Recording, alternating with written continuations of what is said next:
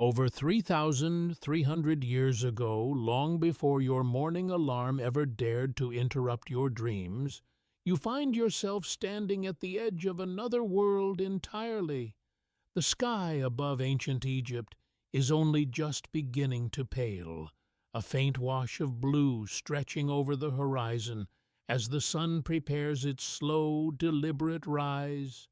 The air feels cooler than you might expect, carrying the soft scent of river water and damp stone, as though the earth itself has exhaled during the night and is now waiting, just like you. Ahead of you, the massive silhouette of a temple looms its walls, rising with quiet confidence, carved from stone that has already outlived generations. You can almost feel the weight of time pressing gently against your shoulders. Somewhere beyond those towering gates, a god is about to wake, and strangely enough, you are expected to behave as if this is perfectly normal. So, before you get comfortable, take a moment to like the video and subscribe, but only if you genuinely enjoy what I do here. And if you feel like it, let me know where in the world you are and what time it is for you right now. It is oddly comforting to imagine all of us drifting through history together from different corners of the present. Now dim the lights. The first thing you notice is the silence. Not complete silence, of course. There is always something. The faint shuffle of sandals against stone somewhere in the distance. The soft creak of wood as a door is opened far within the temple complex. A bird calls once sharply and then seems to reconsider falling quiet again. For a moment, it feels as though the entire world is holding its breath. You stand before the outer gates, which are still closed, their wooden surfaces reinforced with bronze fittings that catch the earliest hints of light. The walls on either side are decorated with carvings, rows upon rows of figures frozen in motion, kings offering gifts, gods seated in eternal calm, processions that never quite reach their destination. Records confirm that temples in this period were not merely places of worship, but carefully designed environments meant to mirror the cosmos itself. Every wall, every corridor, every shadow had meaning. You are not just entering a building, you are stepping into a model of the universe, where the order of the gods is maintained through daily routine. And yet, oddly enough, there is a curious footnote that many visitors never realize. The majority of people in ancient Egypt would never see what lies beyond these gates. Temples were not public gathering spaces in the way you might imagine. Access was tightly controlled. Most worship happened outside in open courtyards or through festivals. What you are about to witness is usually hidden from ordinary eyes. No agreement has been reached on whether this exclusivity was meant to preserve sacred mystery or simply to reinforce the power of the priesthood. Scholars bicker over whether the secrecy made the gods feel more distant or more awe-inspiring. Either way, you have somehow found yourself with rare access. A faint vibration hums through the ground beneath your feet. It takes you a second to realize what it is. Movement, life stirring in the temple walls. Your mind drifts toward the river, the distant presence of the Nile River just beyond sight. Everything here depends on it. The grain in the storehouses, the linen garments of the priests, even the incense you will soon smell has traveled in one way or another because of those steady waters. A breeze carries a new scent now, resinous, sweet but with a sharp edge that catches at the back of your throat. Incense. It seeps out through the cracks around the gate, curling into the morning air like a quiet announcement that the rituals inside have already begun. You shift your weight, noticing the texture of the ground beneath your feet. Fine dust layered over stone, worn smooth by countless footsteps. There is a coolness to it still, but you can tell 'twill not last.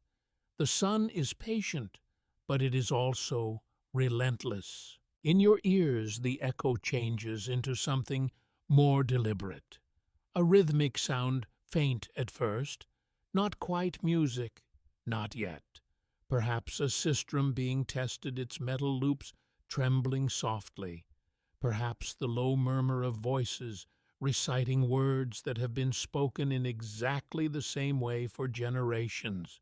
A council decree from this era proves that priests were required to perform rituals at very specific times, aligned with the rising and setting of the sun. The precision is almost comforting. While your own daily schedule might depend on notifications and alarms, theirs depends on the movement of the sky itself. You glance again at the carvings on the wall.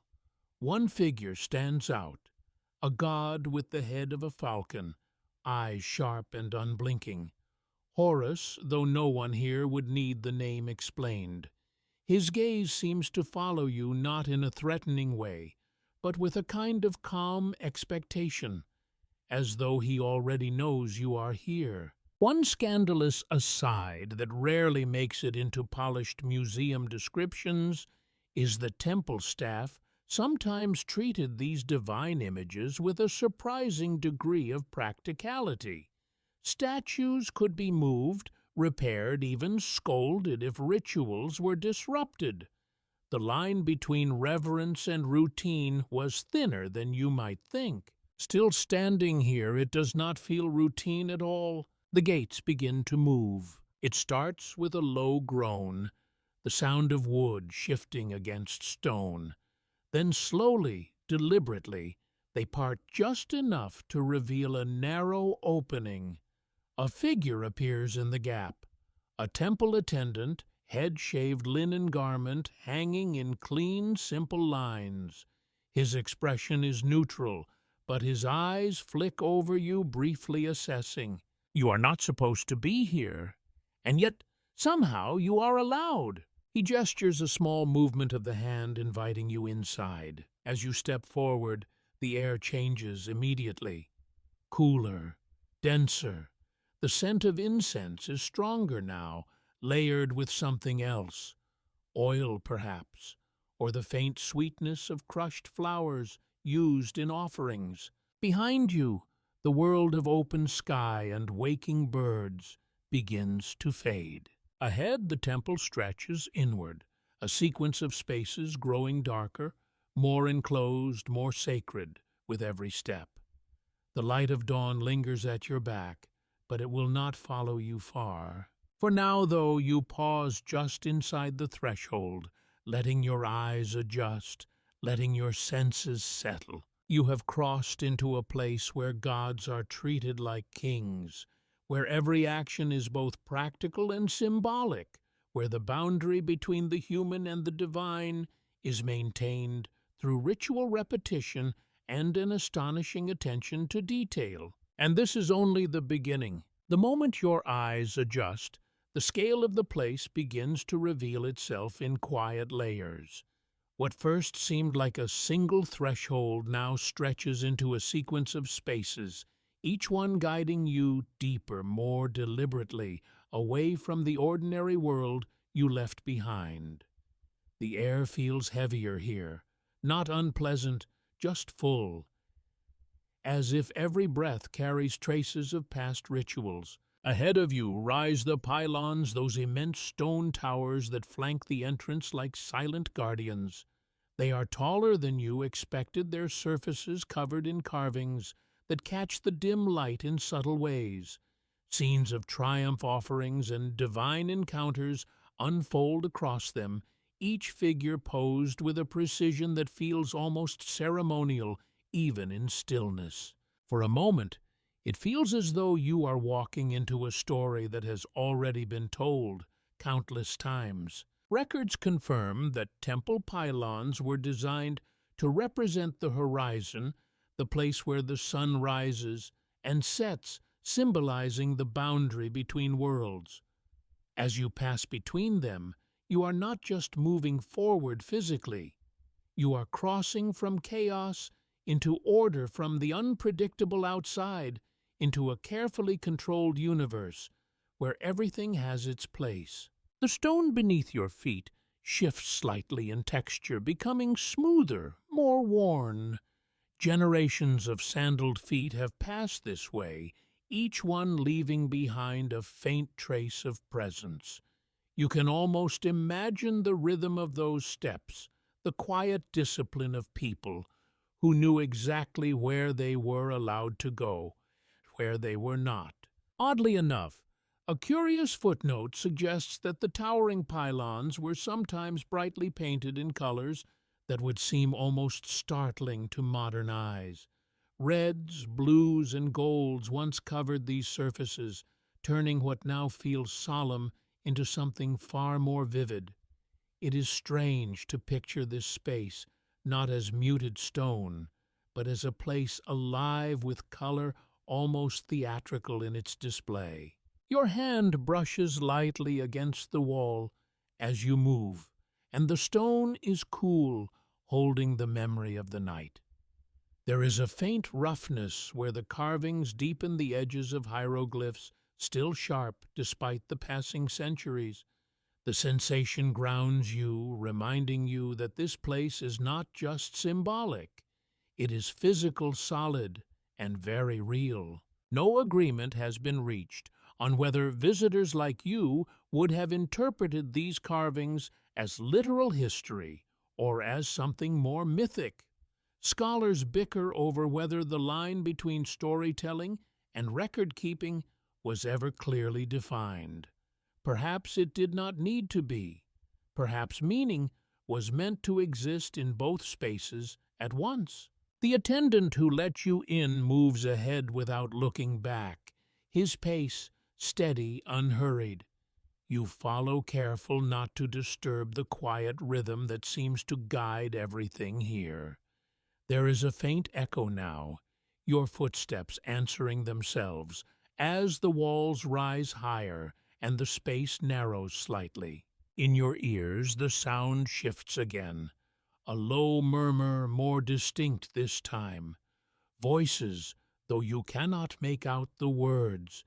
They seem to come from deeper within the temple, layered over one another in a way that feels both ordered and fluid, like water moving over stone. A breeze slips through the corridor, carrying with it the scent of incense, thicker, now mixed with something warm and slightly sweet.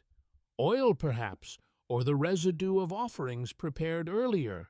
It clings gently to the back of your throat, not unpleasant, just persistent. Your mind drifts for a moment to the outer world you left behind. The markets, the riverbanks, the ordinary lives unfolding beyond these walls. It feels distant now, as though separated not just by space but by intention. Here, every movement serves a purpose that reaches beyond the immediate. You pass into a courtyard, and the sky opens briefly above you, a pale stretch of morning light framed by high walls. The transition is almost surprising after the enclosed passage. Columns line the space, their tops shaped like open lotus flowers, capturing the soft glow of the rising sun. Records confirm that these courtyards were among the few parts of the temple accessible to the general population during certain occasions. This is where people might gather, bringing offerings, hoping to be seen by the gods, or at least by those who spoke on their behalf. One scandalous aside, quietly mentioned in some accounts, suggests that these gatherings could become quite lively during festivals. Music, food, even a touch of indulgence found its way into what was otherwise a carefully controlled environment. The sacred and the social, it seems, were not always kept entirely separate. Arguments split along whether such moments were encouraged as a way to strengthen community ties or tolerated as necessary releases of human energy. Either way, standing here now in the calm before any such gathering, it feels almost impossible to imagine this space filled with noise. The attendant pauses at the edge of the courtyard and glances back at you for the first time since you entered. There is no impatience in his expression, only a quiet expectation that you will continue to follow. You notice now the subtle shift in light as you move again, leaving the open sky behind and entering another hall. The columns grow closer together, their surfaces covered in intricate carvings that seem to ripple as shadows move across them. The air cools once more, the warmth of the early sun, unable to reach this far inside. Your fingertips trail along one of the columns, and you feel the slight unevenness of carved figures beneath your skin. A procession of priests, perhaps, or gods in human form. It is difficult to tell in the dim light, but the intention is clear. Every surface here speaks, even if you cannot fully understand the language. You become aware of your own breathing, the quiet rise and fall of your chest, the way the air fills your lungs and then leaves again. It feels louder than it should, as though the temple itself is listening. A distant metallic sound rings out soft but clear, a sistrum perhaps shaken in a measured rhythm. The voices you heard earlier grow slightly stronger, more defined, though still just beyond comprehension. They seem to pull you forward, deeper into the heart of the temple. And with each step, the outside world continues to fade, replaced by something more structured, more deliberate, and just a little more mysterious. You are no longer just visiting, you are being drawn in. The deeper you move into the temple, the more the air itself begins to feel like part of the ritual. It is no longer just something you breathe without thinking. It has weight now, texture, even a kind of presence. Each inhale carries layers of scent that seem carefully chosen, blended and sustained over hours. The incense is strongest, of course, thick resinous and slightly sweet. It curls through the corridors in slow, drifting ribbons. There is something almost hypnotic about it, the way it softens the edges of everything, blurring the sharpness of stone and shadow. You catch hints of myrrh, perhaps frankincense, though the exact mixture is difficult to place. Records confirm that temple incense was often imported from distant lands, including regions along the Red Sea and beyond, making it a valuable and carefully controlled resource. The act of burning it was not casual. It was deliberate, symbolic, and tied to the idea of purifying the space, of making the air itself suitable for divine presence. As you breathe it in, you notice how it lingers at the back of your throat, not unpleasant, just persistent, like a memory that refuses to fade. Beneath it there are other scents. Warm oils, slightly nutty, perhaps used to anoint statues or tools. A faint trace of something floral, crushed petals, or dried herbs, adding a softer note that balances the sharper edge of the resin. And somewhere deeper still, a subtle hint of smoke, as if a flame has been burning continuously for longer than you can imagine. Oddly enough, one curious footnote suggests that some incense mixtures included ingredients that might seem surprising to modern sensibilities. Animal fats, bits of plant resin, even trace minerals were sometimes combined to create specific aromatic effects. It was not just about pleasant smell. It was about transformation, turning ordinary substances into something worthy of the gods. Your fingers brush lightly against a low stone table as you pass, and the surface feels slightly sticky, as though layers of oil have been absorbed over time. The texture catches you off guard, grounding the experience in something tactile and immediate. Ahead, the corridor widens into a chamber where several figures are already at work. Temple attendants move quietly, their motions practiced and efficient. One adjusts a small brazier, coaxing the coals to life with gentle breaths. Another pours oil from a narrow-necked vessel into a shallow dish, the liquid catching the faint light as it flows. For a moment, it feels as though you have stepped into a place where time moves differently. Not faster, not slower, just more deliberately. No agreement has been reached on whether these preparations were meant primarily for the benefit of the gods or for the psychological effect on the human participants. Scholars bicker over whether the sensory richness of the temple environment helped induce a state of reverence or simply reinforced existing beliefs. Standing here, it is easy to imagine that both might be true. The attendant, who has been guiding you, steps aside, allowing you a clearer view of the chamber. There is no ceremony yet, not exactly. This is preparation, the quiet work that must be done before anything more visible can take place. You hear a soft crackle as incense is placed onto heated coals. The smoke rises in a thicker plume, now twisting upward before dispersing into the air above. It moves slowly, almost lazily, as though in no hurry to reach its destination. In your ears, the distant murmuring of voices continues, but it is joined now by the faint clink of metal against stone. Tools being set down, containers being opened, the small practical sounds of work that in any other setting might go unnoticed. A council decree proves that the preparation of incense and oils was often assigned to specific temple personnel, each trained in the precise mixtures and quantities required. There was little room for improvisation. Consistency was key. The gods, it seems, were accustomed to a certain standard. One scandalous aside that occasionally surfaces in surviving accounts hints that mistakes in these preparations could lead to quiet reprimands, or at least a great deal of embarrassment. Imagine being the person responsible for making the temple smell wrong, not exactly the kind of legacy one hopes to leave behind. You shift your stance slightly, becoming aware of the temperature difference between the stone floor and the air above it.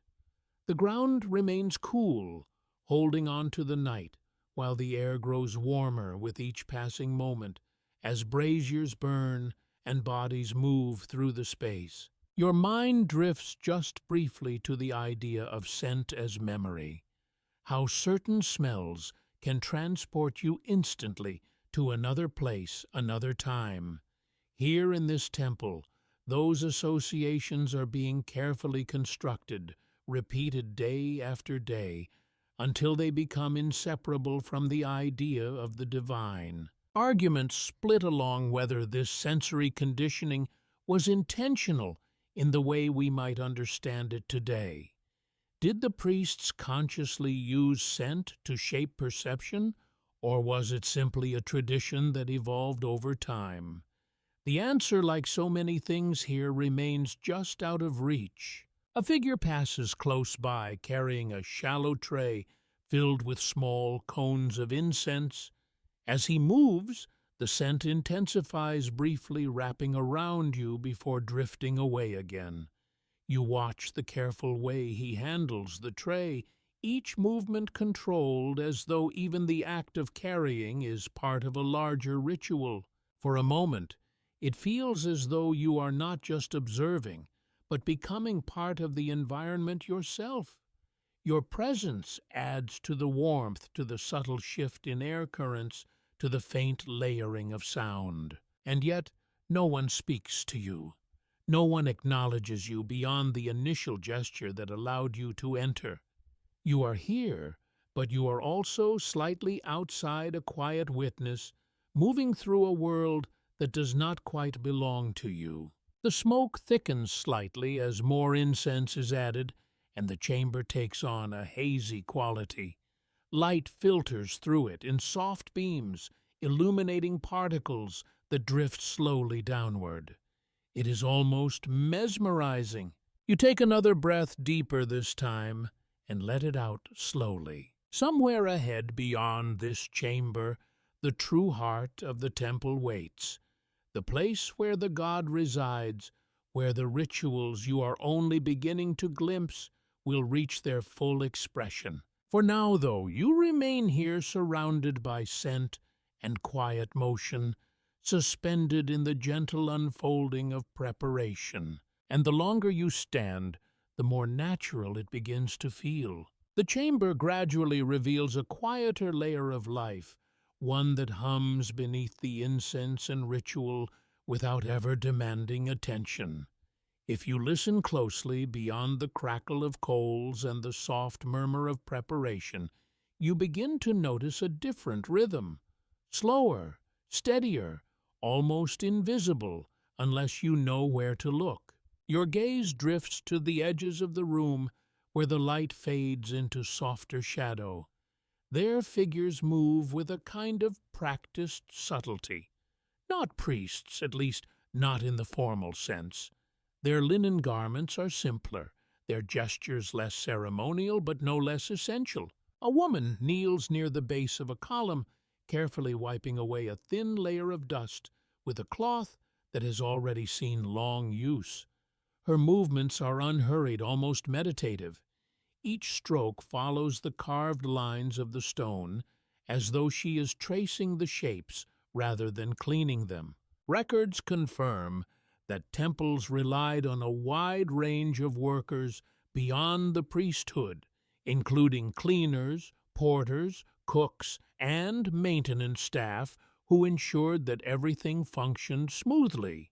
Without them, the daily rituals would simply not be possible. It is an entire ecosystem hidden in plain sight. You shift your attention to a man carrying a bundle of reeds bound tightly with twine. He moves past you without a glance, heading toward a side passage where the floor looks slightly worn. Perhaps repairs are needed. Perhaps something has been replaced so many times that the stone itself remembers. One curious footnote suggests that some temple workers inherited their roles across generations, passing down not only practical skills, but also an intimate knowledge of the temple's rhythms. Imagine growing up with this place as your constant backdrop, its routines shaping your sense of time as surely as the rising sun. Your hand brushes against a low wall as you move, and you feel a faint grit beneath your fingertips. Dust, despite all efforts, finds its way into every corner.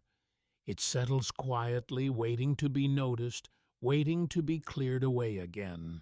No agreement has been reached on whether these workers were viewed as part of the sacred system or as something more separate, existing on the edge of holiness without fully participating in it.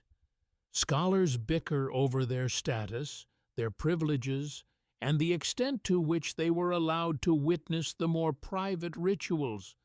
The lines, like so much here, are not entirely clear. A soft scraping sound draws your attention. Near the far side of the chamber, two attendants are adjusting a wooden structure, perhaps a small table or stand used for offerings. The wood creaks slightly as they shift its position, the sound oddly comforting in its familiarity. Even here, in a place so steeped in ritual, things need to be moved, fixed, and maintained. You notice the texture of the wood as one of them steadies it, his fingers pressing briefly against the grain. It looks worn, smoothed by repeated use, the edges rounded in a way that only time can achieve. In your ears, the layered sounds continue to evolve. The distant chanting grows a little stronger, though still not close enough to distinguish individual words. It blends with the quieter noises of work, creating a kind of background rhythm that feels almost like breathing. A council decree proves that temple labor was often organized with remarkable precision, with schedules and responsibilities clearly defined. Even the most mundane tasks were assigned with care, ensuring that nothing disrupted the flow of ritual.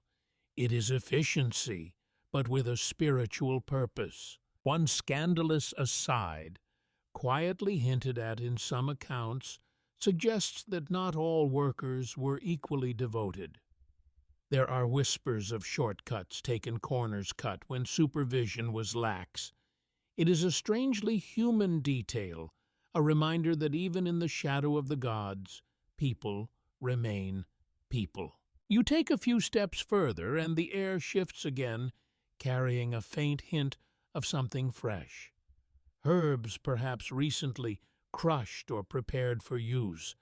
The scent cuts through the heavier incense, offering a brief moment of clarity. Your mind drifts to the idea of routine, how repetition can become its own kind of comfort.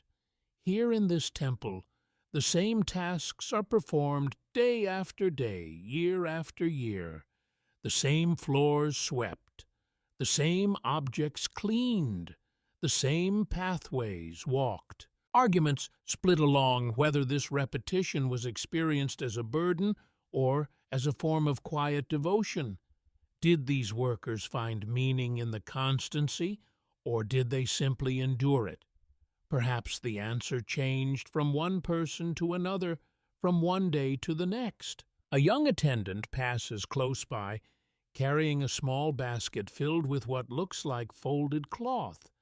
His movements are careful, almost tentative, as though he is still learning the rhythm of this place. For a moment, his eyes flick toward you, curious, but he quickly looks away, focusing on his task. You watch him disappear into a side passage, and you wonder how long it will take before his movements become as fluid and unthinking as those of the others. How long before this place shapes him completely? The chamber feels fuller now, not with noise, but with presence. Each person contributes something, however small, to the overall balance. A wiped surface, a repaired stand, a prepared cloth. Individually, these actions might seem insignificant. Together, they sustain the entire system. You pause, letting the scene settle around you. This is not the part of temple life that appears in grand carvings or formal inscriptions. There are no monumental depictions of sweeping or carrying or adjusting a table. And yet without these quiet acts, the grand rituals you are about to witness would falter. You take another slow breath, the scents of incense and herbs mingling in your lungs. And as you stand there watching the unnoticed work unfold, you begin to understand that the temple is not just a place of gods and priests. It is a place of people. The rhythm shifts again as you are gently drawn away from the quieter labor and toward something more deliberate, more tightly controlled. The air grows cooler as you pass into a narrower corridor, and the light dims, softened by the thickness of the stone around you. It feels as though the temple is guiding you, layer by layer, toward its most carefully guarded heart. Ahead, a small group of men moves in near silence. Their presence feels different from the attendants you just observed. There is a precision to their posture, a quiet discipline that sets them apart. Their heads are shaved smooth, their linen garments freshly laundered, hanging in crisp folds that catch the faint light. You realize almost instinctively that these are the priests. Records confirm that priests in temple service followed strict rules of purity, including regular shaving of the entire body and frequent washing, sometimes multiple times a day. Cleanliness here is not simply practical. It is symbolic, a way of aligning the human body with divine order. One of them pauses at a shallow basin carved into the stone wall. Without a word, he dips his hands into the water, then pours it slowly over his wrists, letting it run down to his fingertips. Another follows, repeating the same motion with careful attention. The water glistens briefly before disappearing into a narrow channel at the base. The faint sound of it, a soft trickle against stone, feels almost amplified in the quiet. Oddly enough, a curious footnote suggests that some purification rituals required the use of water drawn specifically from the Nile River at particular times of day, believed to carry different qualities depending on the sun's position. It is a level of detail that borders on the obsessive, and yet here it feels entirely natural. You move a little closer, careful not to disturb the stillness. The scent of clean linen reaches you subtle but distinct beneath the heavier layers of incense. There is also a faint sharpness, perhaps, from natron, the mineral used in cleansing. It lingers lightly in the air, crisp and almost refreshing. No agreement has been reached on whether these purification practices were primarily hygienic or deeply symbolic. Scholars bicker over how much the priests themselves believed in the literal removal of impurity versus the ritual performance of it. Standing here, watching the repetition, it is difficult to separate the two. A low murmur begins barely above a whisper. One of the priests speaks his voice, measured and steady, reciting words that seem to follow a precise cadence. The others respond in unison, their voices blending into a soft rhythmic pattern that feels almost like a heartbeat. You cannot understand the language, but the structure is unmistakable. This is something learned, practiced, and repeated until it becomes second nature. A council decree proves that priests were organized into rotating groups, each responsible for temple duties during specific periods. This ensured that the rituals continued without interruption day after day, year after year. The system is as much about continuity as it is about devotion. One scandalous aside whispered in some historical corners hints that not all priests maintained the same level of discipline outside the temple walls. There are stories difficult to verify of indulgence and relaxation once their period of service ended. It is a reminder that even those who serve the gods most closely are not entirely removed from ordinary human impulses. The group begins to move again deeper into the corridor. You follow at a respectful distance, the sound of your own footsteps softened by the steady rhythm of theirs. There is something almost hypnotic about the repetition, the way each movement mirrors the last. Your fingers brush against the wall as you walk, and the stone feels colder here, less touched by the warmth of the outside world. It is as though you are moving further away from time itself into a space where change happens more slowly, more deliberately. In your ears, the chanting continues, rising and falling in gentle waves. It does not demand attention, but it holds it, guiding your focus inward. The sound seems to settle somewhere deep within you, steady and calming. Your mind drifts just briefly to the idea of routine again, how these men have likely performed the same actions countless times, the same washing, the same words, the same careful steps along these corridors. Arguments split along whether such repetition leads to deeper spiritual connection or quiet detachment. Does the act become more meaningful with time, or does it risk becoming automatic? Perhaps the answer lies somewhere in between, shifting from one moment to the next. The corridor opens into a smaller chamber, more enclosed than the previous spaces. The light here is dim, provided only by a few small lamps set into niches along the walls. Their flames flicker gently, casting shadows that move across the carved surfaces. The priests arrange themselves in a loose formation, their movements synchronized without the need for spoken instruction. One steps forward, holding a small vessel, while another prepares a cloth, folding it with precise, practiced motions. You notice the texture of the cloth as it catches the light fine linen, almost weightless, yet handled with great care. Every object here seems to carry significance, not just for what it is, but for how it is used. The chanting softens, then pauses. For a moment, the chamber is still. You can feel the anticipation building, subtle but unmistakable.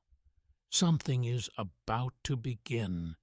Not the preparation you have been witnessing, but the next stage, the point where these quiet actions connect directly to the presence of the divine. You take a slow breath, the cool air filling your lungs, the sense of incense and linen and stone settling around you.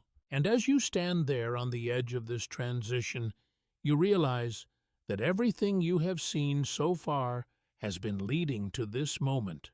The rituals are no longer distant. They are about to unfold right in front of you. The stillness settles like a held breath, delicate and deliberate, as though the chamber itself is waiting alongside you. The priests do not rush. Nothing here ever rushes. Instead, one of them steps forward with quiet certainty, carrying a small object wrapped in linen so fine it almost disappears in the dim light. Your attention sharpens without effort. For a moment, it feels as though the entire temple has narrowed to this single point in time. The faint flicker of lamp flames, the slow drift of incense smoke, the soft, measured breathing of those around you. The priest kneels before a doorway you had not fully noticed before. It is set into the wall ahead, framed by carvings that seem deeper, more intricate than those you have passed so far. The entrance itself is sealed not with a simple latch, but with a system of cords and clay impressions pressed carefully into place. You realize with a quiet sense of awe that this is not just another chamber. This is where the god resides. Records confirm that the innermost sanctuary of Egyptian temples housed a cult statue believed to be the physical dwelling place of the deity during rituals. These spaces were restricted to only the highest-ranking priests, and even then, entry followed strict procedures that left no room for improvisation. The priest reaches out his fingers steady as he begins to loosen the cords. The clay seal cracks softly, a small, almost fragile sound that seems louder than it should. It echoes faintly in the chamber, a reminder that something long undisturbed is being opened. Oddly enough, a curious footnote suggests that these seals were sometimes marked with official insignia to ensure that no unauthorized person had entered the sanctuary during the night. In a way, it is both a spiritual and administrative act. Even the gods, it seems, require a form of security. The cords fall away, and the door is slowly eased open. A breath of cooler air slips out from within, carrying a different scent. Less incense, more stillness. A faint trace of something mineral-like stone that has not been touched by sunlight for a very long time. You feel it immediately, that subtle shift in atmosphere. No agreement has been reached on whether ancient Egyptians believed the god literally inhabited the statue at all times or only during specific rituals. Scholars bicker over the nature of divine presence, whether it was continuous or invoked. Standing here watching this careful unveiling, it is easy to understand why the distinction might blur. The priest bows his head slightly before entering, and the others follow with the same measured respect. You hesitate for just a fraction of a second, then step forward as well, drawn by a quiet, irresistible curiosity. Inside the chamber is smaller than you expected, intimate almost. The walls are close, the ceiling low enough that it feels protective rather than imposing. At the center stands a small shrine, its surface polished smooth, its edges softened by time and careful handling. Within it, partially veiled, is the statue. At first you see only the outline, a human form seated or standing. It is difficult to tell from this angle. The light from the lamps barely reaches it, casting soft shadows that conceal as much as they reveal. The priest approaches slowly, carrying the linen-wrapped bundle you noticed earlier. His movements are precise, almost ritualistic in themselves, as though each step has been practiced until it requires no conscious thought. In your ears the chanting resumes softer now, more intimate. The words seem to fold into the space, filling it without overwhelming it.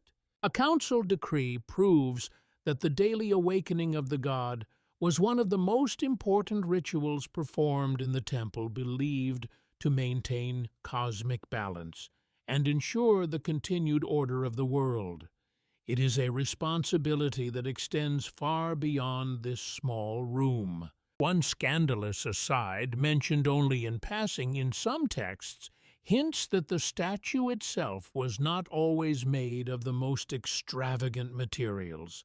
While some were adorned with gold and precious stones, others were simpler. Their power derived not from their substance, but from the rituals performed around them. The priest reaches the shrine and pauses. For a moment, nothing happens. Then, with a slow, deliberate motion, he begins to remove the covering from the statue. The fabric slides away in soft folds, revealing the form beneath. The figure is more detailed than you expected, its features carefully carved, its expression calm and composed. There is a presence to it, not in the sense of movement, but in the way it seems to hold the space around it. You find yourself watching more closely than you intended, your breath unconsciously slowing to match the rhythm of the room. Arguments split along whether this moment was perceived as the literal awakening of the god, or as a symbolic reenactment of divine renewal. Did the priests believe they were truly rousing a living presence, or were they sustaining a tradition that carried meaning beyond belief? The answer remains just out of reach, suspended somewhere between faith and practice. The priest lifts the linen bundle he carries and begins to unwrap it. Inside you glimpse smaller items, cloth, perhaps garments for the statue. A faint shimmer suggests jewelry or adornments, catching the low light in brief flashes. The scent in the room shifts slightly as he works. Fresh linen, clean and almost neutral, mixing with the lingering incense. It creates a contrast, a sense of renewal layered over what has already been. You notice the texture of the stone beneath your feet. Again, cooler here, untouched by the warmth of outer chambers.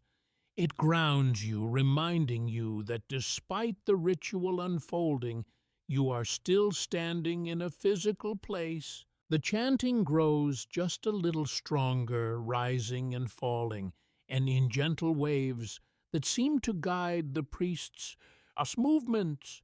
Each action is synchronized with the sound as though the rhythm itself is directing the process.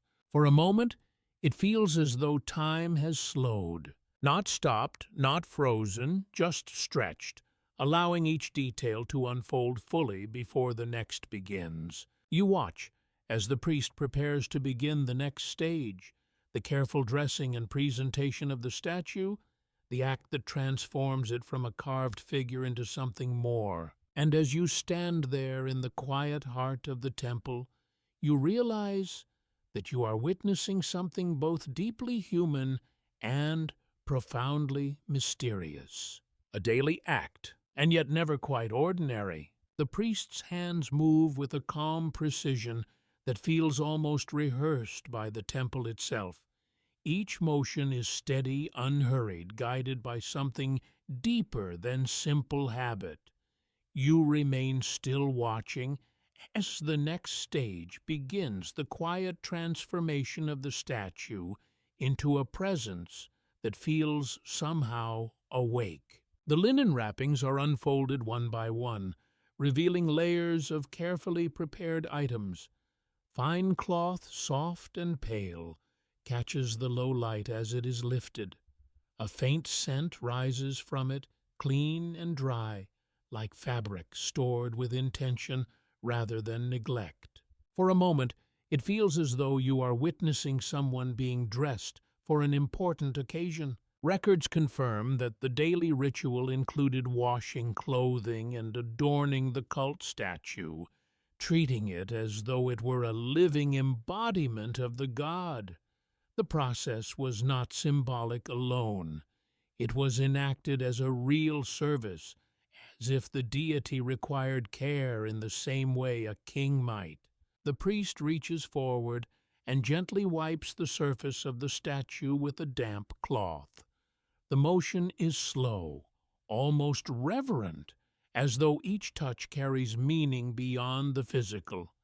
You notice the faint sheen left behind the stone or wood, briefly catching the light, before settling again into shadow. Oddly enough, a curious footnote suggests that some statues were anointed with oils that had both practical and symbolic purposes, helping preserve the material while also signifying purification and renewal. It is a quiet blending of maintenance and devotion. The scent shifts again as a small vial is opened. A richer aroma fills the chamber, warm and slightly sweet, with a depth that lingers. The oil is applied sparingly, the priest's fingers moving with practiced care, tracing patterns that you cannot fully see but can sense in their rhythm. No agreement has been reached on whether the exact sequence of these actions varied significantly between temples or remained strictly standardized across the land. Scholars bicker over regional differences, over whether each temple developed its own subtle variations while maintaining a shared structure. Here, in this moment, the ritual feels both precise and fluid, as though it belongs exactly where it is. Another priest steps forward, holding a garment folded with meticulous attention. The fabric is finer than anything you have seen so far, its edges crisp, its surface smooth. He presents it without speaking, and the first priest receives it with a slight inclination of his head. The statue is dressed slowly, layer by layer. The cloth is wrapped and adjusted, smoothed into place with careful hands. You notice how each fold is aligned, how nothing is left uneven. Even in the dim light, the result feels deliberate, composed. A council decree proves that temples maintained storerooms of garments specifically for divine use, often replaced regularly to ensure purity and freshness. These were not ordinary textiles. They were part of the ongoing relationship between the human and the divine. One scandalous aside, mentioned in passing in some accounts, hints that the quality of these garments could vary depending on the wealth of the temple. Some gods, it seems, were dressed more lavishly than others. It is a detail that feels almost strangely human, as though even the divine world reflects the inequalities of the material one. The chanting continues, steady and low, a constant presence that fills the spaces between movement. It seems to guide the pace, ensuring that nothing is rushed, that each action has time to settle before the next begins. Your eyes adjust further, and you begin to notice small details you had missed before. a glint of metal at the statue's neck, perhaps a collar or necklace placed with careful intention, the faint outline of a headdress, its shape suggesting something more elaborate than the light allows you to fully see. In your ears, the sound of the sistrum returns, soft at first, then slightly more pronounced. Its gentle metallic rattle adds a new layer to the atmosphere, a subtle rhythm that seems to echo the movement of the priest's hands. Your mind drifts briefly to the idea of care, how these actions repeated daily create a kind of continuity that stretches across time. The same gestures, performed by different hands, generation after generation, each one contributing to an unbroken chain. Arguments split along whether this daily dressing was believed to literally sustain the god's presence, or whether it functioned as a symbolic reaffirmation of order. Did the act itself maintain the divine, or did it simply reflect a belief already held? The question lingers, unanswered, like so many others. The priest steps back slightly, examining his work. There is no visible sign of satisfaction or doubt, just a quiet pause, as though allowing the moment to settle. Then another item is brought forward, a small tray holding what appears to be food, bread perhaps, and something else, its shape indistinct in the low light. The scent reaches you faintly warm and grounding, a reminder of the world beyond these walls. Records confirm that offerings of food were presented to the god daily, believed to nourish the divine essence, even if the physical items remained untouched. Afterward, these offerings were often redistributed among temple staff, creating a practical cycle within the ritual. One curious footnote suggests that the idea of the god consuming the essence of the food while leaving the substance behind was widely accepted, though exactly how this process was imagined remains unclear. It is one of those details that sits comfortably within the logic of the time, even if it feels distant now. The tray is placed before the statue with a careful, deliberate motion. The priest lowers his head slightly, his posture conveying a quiet respect that requires no explanation. The chamber feels fuller now, not with movement, but with presence. The statue, once still and veiled, now appears complete, adorned, and attended to, as though it has truly been awakened into its role for the day. You take a slow breath, the mingled scents of oil incense and fresh linen settling around you. And as you stand there watching the final adjustments, you begin to understand that this is not simply a ritual performed for the sake of tradition. It is a daily act of maintenance, of connection, of belief, made tangible through careful, repeated motion. The god is ready, and the day within the temple can truly begin. The moment the offerings are placed, the chamber does not erupt into celebration or sudden movement. Instead, the shift is subtle, almost imperceptible at first. The ritual has reached a point of quiet completion, and now the space begins to breathe again in a different rhythm. The priests remain still for a few heartbeats longer, their heads slightly bowed, as though allowing the presence of the god to settle fully into the room. Then, without any spoken signal, you can detect one of them lifts his hand. The sound begins. It starts as a soft metallic shimmer, delicate and restrained. A sistrum, its curved frame held carefully shaken, with a controlled motion that produces a gentle cascade of sound. It is not loud, not overwhelming, but it carries clearly through the chamber, weaving itself into the air like a thread. In your ears it feels almost like a pulse. Records confirm that the sistrum was closely associated with divine ritual, particularly linked to deities such as Hathor, whose presence was often invoked through music and rhythm. The instrument was believed to have protective qualities, its sound capable of soothing or even warding off disorder. As the sistrum continues, another sound joins it, a low chant rising slowly, the voices of the priests blending into a single steady current. The words remain beyond your understanding, but their structure is unmistakable. There is repetition here, patterns that loop and return, creating a sense of continuity that feels almost timeless. Oddly enough, a curious footnote suggests that temple music was not always as solemn as one might imagine.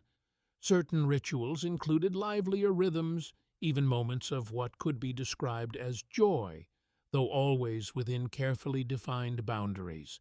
The sacred did not exclude emotion, it shaped it. You notice now a second instrument, smaller, perhaps a drum or a clapper adding a soft grounding beat beneath the higher shimmer of the sistrum. The combination creates a layered sound, gentle but persistent, filling the chamber without overwhelming it.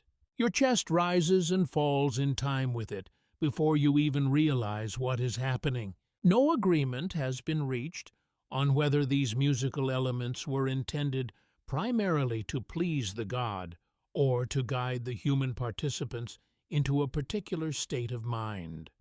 Scholars bicker over whether the sound itself was considered divine or merely a tool for connection. Standing here, it feels like both at once. The priest holding the sistrum shifts his stance slightly, his movement small but precise. Each shake of the instrument is controlled, measured, never hurried. It is as though the rhythm itself must be maintained with the same care as every other aspect of the ritual. A faint echo carries the sound beyond the chamber, slipping through corridors and into spaces you have not yet seen. You imagine it traveling outward, touching other parts of the temple, signaling that the god has been awakened and attended. A council decree proves that musical accompaniment was an established part of many temple rituals, with specific roles assigned to those responsible for maintaining the correct sounds and rhythms. This was not spontaneous. It was structured, practiced, and expected. One scandalous aside, hinted at in some sources, suggests that certain musicians within temple complexes could gain a degree of recognition or status, particularly if their skill was considered exceptional. It is a small reminder that even within sacred systems, talent and reputation have their place. Your attention drifts to the walls where faint carvings catch the shifting light. Figures holding instruments, hands raised in gestures that mirror what you are hearing now. It is a strange sensation watching something that has been depicted for centuries unfold in real time before you. The air seems to vibrate slightly with the layered sound, the incense smoke responding in slow, curling motions, as though guided by an unseen current. You notice how the light from the lamps flickers more noticeably, now shadows dancing along the carved surfaces in soft, fluid patterns. For a moment, it feels as though the entire chamber is moving, not physically, but in a way that is difficult to describe. A subtle shift in atmosphere, a sense of alignment. Your mind drifts almost without permission into the rhythm. The outside world feels distant now, reduced to a faint memory.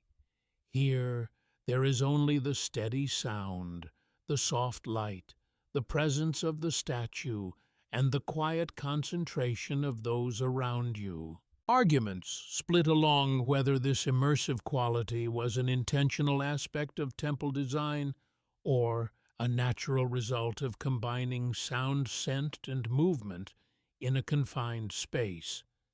Did the architects and priests consciously shape this experience, or did it emerge over time through practice? The answer lingers somewhere between intention and tradition. The chant rises slightly, then falls again like a slow wave reaching its peak and receding. The sistrum follows its rhythm, unwavering, a constant thread woven through the changing tones of the voices. You become aware of the texture of the air on your skin, faintly warm now, carrying the vibration of sound in a way that feels almost tangible. It is not something you would normally notice, but here it becomes part of the experience. The priest closest to the statue steps forward once more, making a small adjustment to the offerings. The movement is brief, almost incidental, yet it aligns perfectly with the rhythm of the chant as though guided by it. Everything here seems connected. Nothing is out of place. As the sound continues, you feel yourself settling into it, your thoughts slowing your awareness, narrowing gently to the present moment. There is no urgency, no expectation, only the steady unfolding of ritual. And in that quiet, layered rhythm, you begin to understand that this is not just music. It is part of the language of the temple, a way of speaking without words, a way of maintaining the delicate balance between the human and the divine. The rhythm of sound lingers behind you as you are gently drawn away from the inner chamber, not abruptly, but with the same quiet intention that seems to guide everything here. The chanting softens as distance grows, replaced gradually by a different set of sounds. Softer at first, then more grounded, a low murmur of activity that feels less ceremonial and more practical. The air changes too.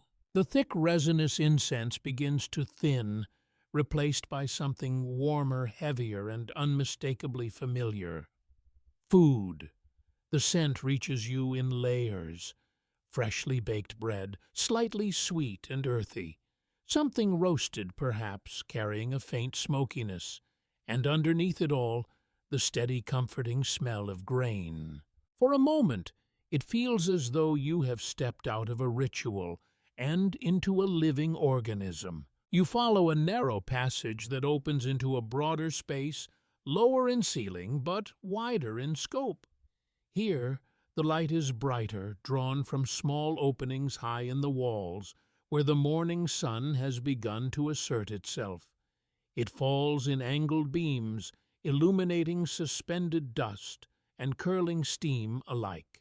This is the temple kitchen. Records confirm that large temples maintained extensive kitchens capable of preparing offerings for the gods, as well as meals for the staff. The scale of these operations could be surprisingly vast, requiring careful coordination and a steady supply of ingredients. You pause near the entrance, taking in the scene. Several figures move through the space with practiced efficiency. One kneels beside a flat stone surface, pressing dough with firm, rhythmic motions. His hands leave faint impressions before smoothing them away again. Nearby, another tends a clay oven, adjusting the fuel within with a long wooden tool, coaxing the heat to an even glow. The sound of it, the faint crackle of fire and the soft thud of dough against stone, creates a grounding contrast to the delicate music you left behind. A curious footnote suggests that bread was one of the most common offerings presented to the gods, produced in various shapes and sizes depending on the ritual context. Some loaves were simple and round. Others were shaped with surprising intricacy, perhaps to reflect symbolic meanings now only partially understood. You notice a tray of such loaves resting nearby, their surfaces lightly browned, some marked with patterns pressed into the dough before baking. The scent is rich and comforting, the kind that settles easily into your senses. No agreement has been reached on whether the gods were believed to prefer specific types of food or whether the offerings reflected what was most readily available. Scholars bicker over the balance between symbolism and practicality. Either way, the result is the same. Food prepared with care, presented with intention. A woman passes close by, carrying a shallow bowl filled with what appears to be chopped herbs. The sharp green scent cuts briefly through the heavier aromas, refreshing and bright. She moves with quiet focus, her attention fixed on her task, as though the presence of others barely registers. You become aware of a heat now rising gently from the ovens and fires. It contrasts with the cool stone beneath your feet, creating a subtle shift in sensation that anchors you in the space. A council decree proves that temple kitchens operated under strict organization with designated roles for grinding grain, baking bread, preparing meats, and managing storage. Efficiency was essential not only to sustain the staff, but to ensure that offerings were ready at the precise moments required by ritual. One scandalous aside hinted at in less formal accounts suggests that food prepared for the gods did not always remain untouched for long. Once the ritual was complete, these offerings were often redistributed among temple workers. It is a practical system, though perhaps one that invites the occasional quiet indulgence. You watch as a man carefully arranges pieces of food onto a tray, his movements deliberate. He pauses to adjust the placement, ensuring that everything sits just so. Even here in the kitchen, presentation matters. In your ears, the sounds shift again. The soft scrape of grinding stones as grain is crushed into flour. The muted clatter of pottery being set down. The low murmur of voices exchanging brief, necessary words. It is not silent, but it is controlled, purposeful. Your mind drifts to the idea of scale. How many people must be fed to sustain a place like this? How much grain must be stored? How many loaves baked? How many hands required to keep it all moving? Arguments split along whether temples functioned more as religious centers or as economic hubs. Did their influence stem primarily from spiritual authority or from their control of resources? Standing here, surrounded by the practical work of feeding and preparing, it becomes clear that the two are deeply intertwined. You notice a large storage jar set against the wall, its surface smooth and slightly cool to the touch when your fingers brush against it.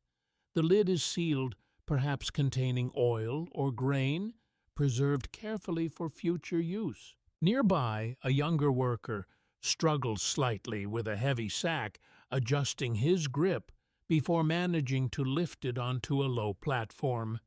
The effort shows briefly in his posture, a reminder that beneath the calm surface there is real labor at work. The scent of bread grows stronger as a fresh batch is pulled from the oven. Steam rises in soft curls, carrying warmth and the promise of nourishment. It fills the space, wrapping around you in a way that feels almost comforting. For a moment, you imagine the path this food will take. From here to the inner chambers, placed before the statue with care, then eventually returned, shared, consumed.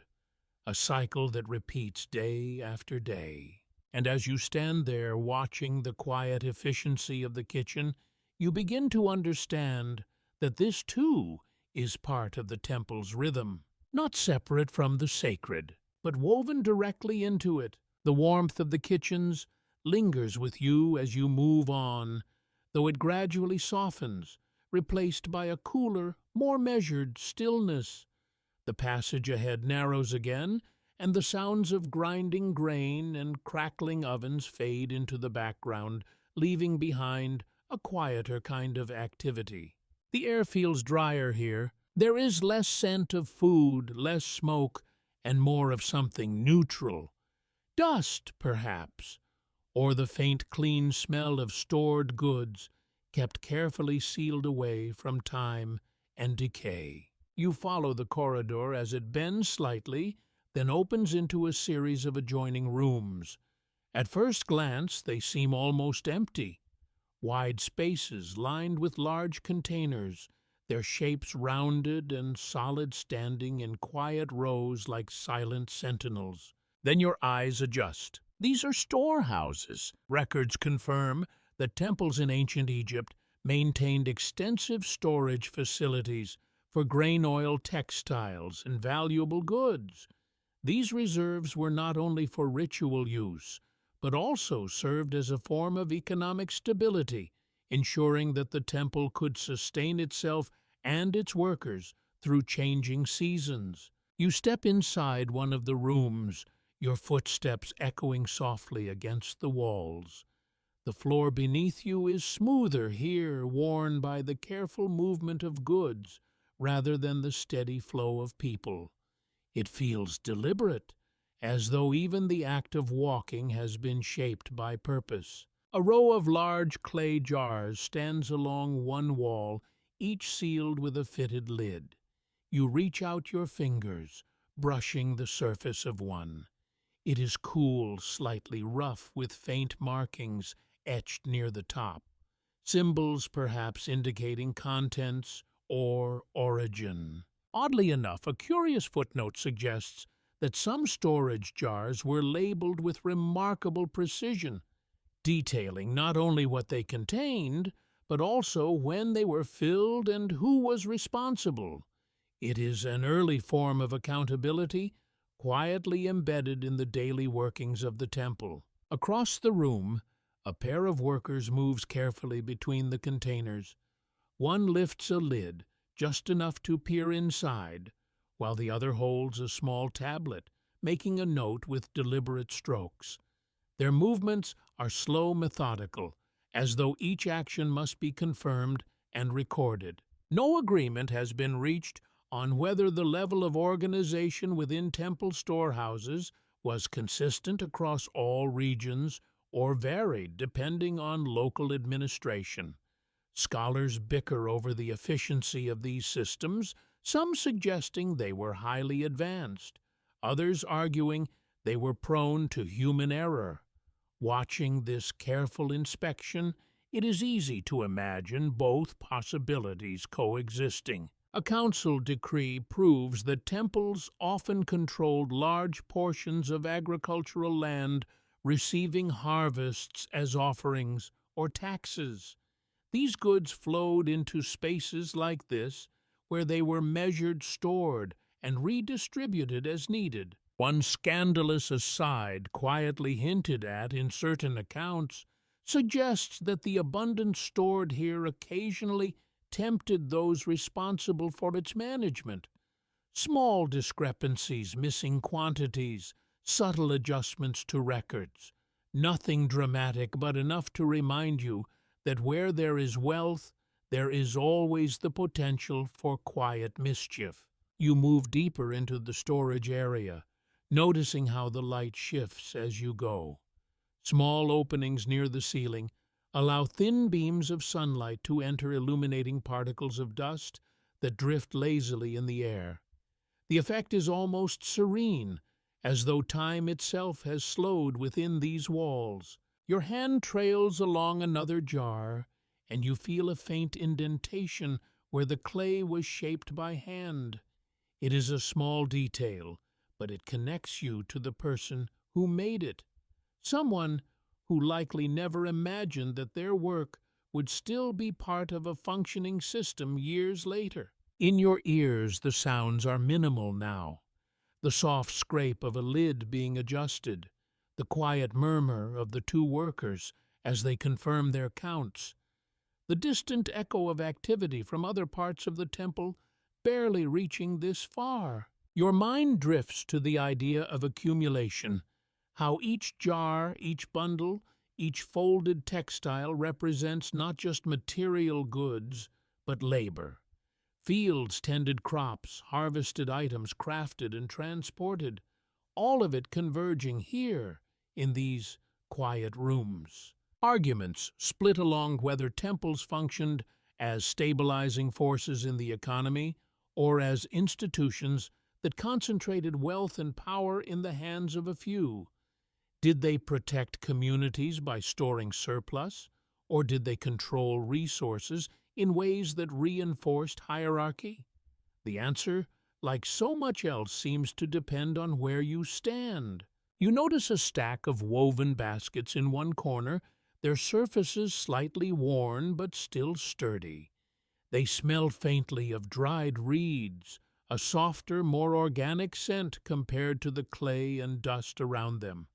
One is partially filled with what looks like grain, the individual kernels catching the light in subtle flashes. A worker approaches, lifting the basket with practiced ease and carrying it toward another room. His movements are efficient, but not rushed, as though he understands the importance of maintaining a steady pace. The organization of the space becomes clearer the longer you observe. Different rooms for different goods, clear pathways for movement, a system that, while quiet, is undeniably complex, and yet there is no sense of display here. Unlike the carved walls and carefully arranged offerings you have seen elsewhere, this part of the temple is almost understated. Its importance lies not in what it shows, but in what it holds. You pause for a moment, letting the stillness settle around you. This is where the temple's wealth rests, not in gold alone, but in grain oilcloth and the countless small items that sustain daily life. And as you stand there surrounded by silent rows of stored abundance, you begin to understand that the temple is not only a place of ritual and devotion. It is a place of careful management, of quiet control, of resources gathered, measured, and preserved against the uncertainty of time. The stillness of the storehouses lingers as you move onward, though it gradually gives way to a different kind of quiet. Not empty, not still, but focused. The corridor narrows again, guiding you toward a space where the air feels almost sharpened by attention. You hear it before you see it. A soft scratching sound, repetitive, measured, like something being etched carefully into a surface. As you step into the next chamber, the source becomes clear. Scribes. They sit in a loose arrangement along low benches, their bodies angled slightly forward, each one absorbed in the task before them. Thin sheets of papyrus rest across their laps or on small supports, and in their hands are reed pens, their tips darkened with ink. Records confirm that scribes were among the most essential figures in temple life, responsible for recording everything from offerings and inventories to administrative decisions and ritual schedules. Without them, the complex system you have been moving through would simply dissolve into confusion. You pause near the entrance, careful not to disturb the delicate rhythm of the room. One scribe dips his pen into a small container of ink, then draws it across the papyrus in a smooth, controlled motion. The sound is faint, but distinct, a soft whisper of reed against fiber. Another pause briefly, scanning what he has written, then adds a small correction with practiced ease. Oddly enough, a curious footnote suggests that scribes often trained for years to master not only writing, but also the precise visual balance of hieroglyphs. It was not enough to record information accurately. The arrangement itself had to be aesthetically pleasing, as though even administration required a touch of artistry. You notice the posture of their hands, the way their fingers hold the pens, with a familiarity that suggests long habit. There is a fluidity to their movements, a quiet confidence that comes from repetition. No agreement has been reached on whether scribes working within temples held higher status than those in other areas of society.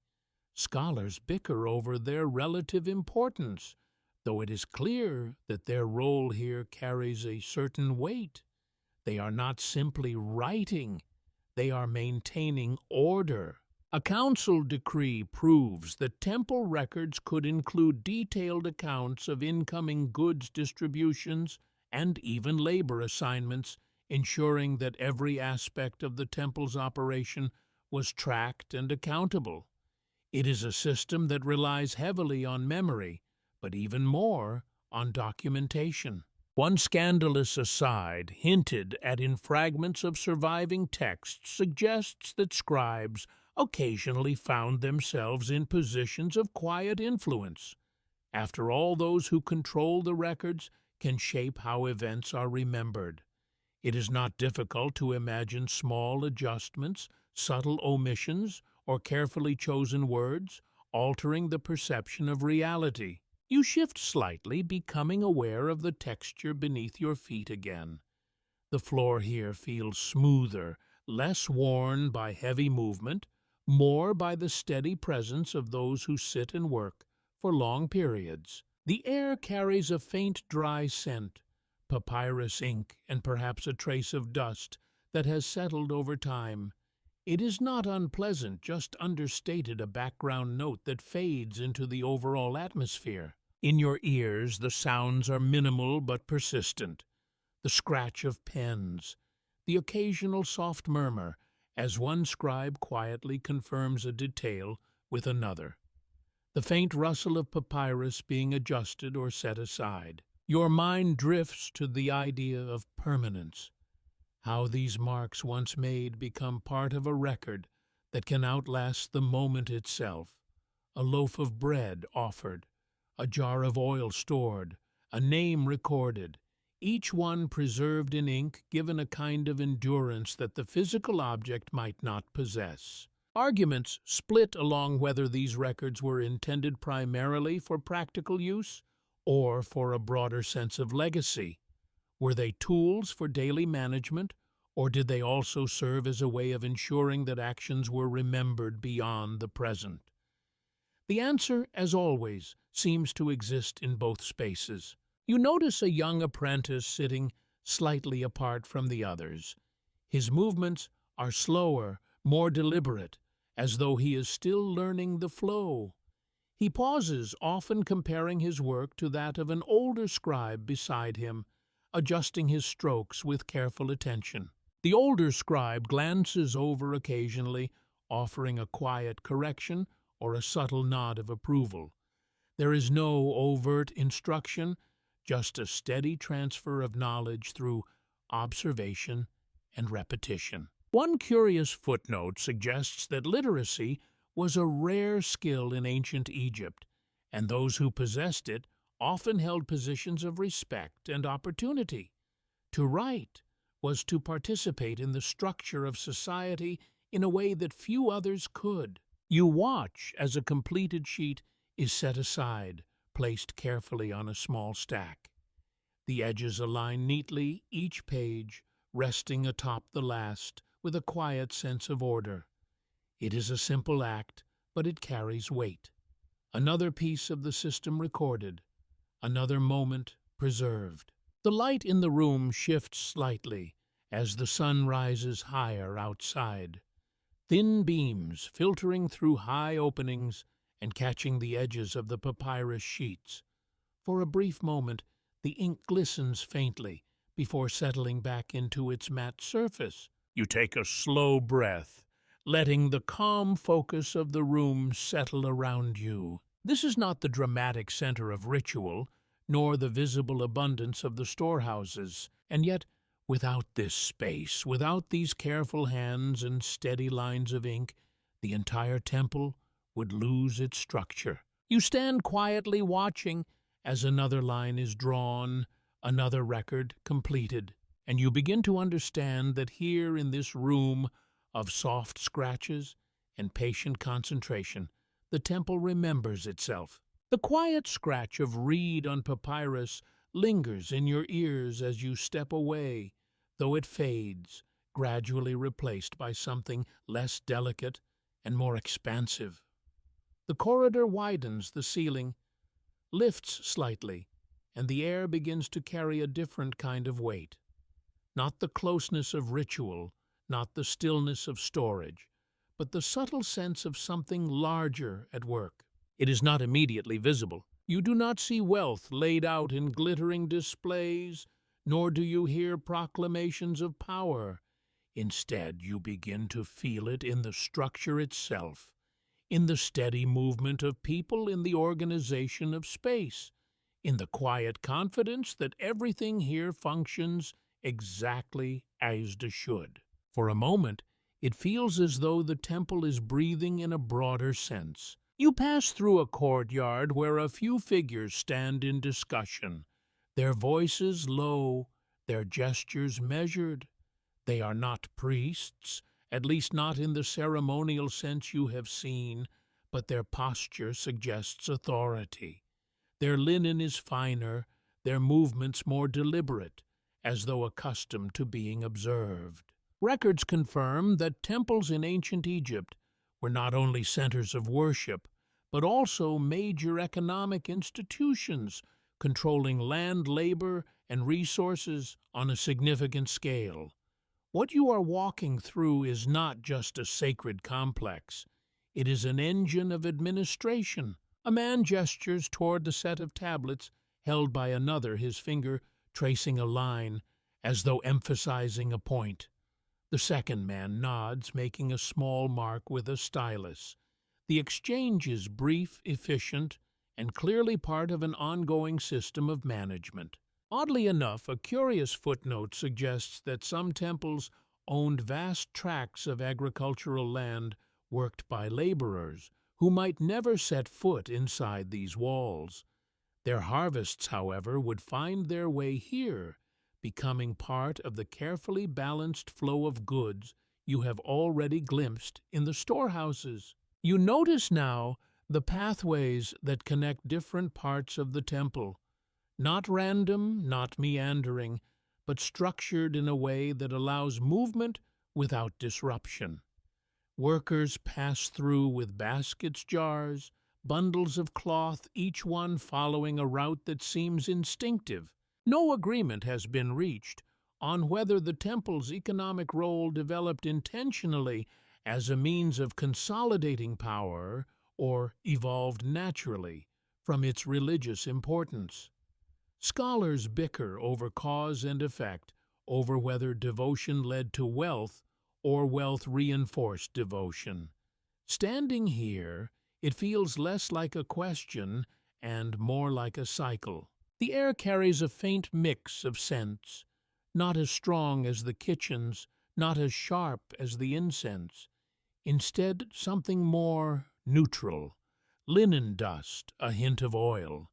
It is the scent of activity, of things being used and moved and managed.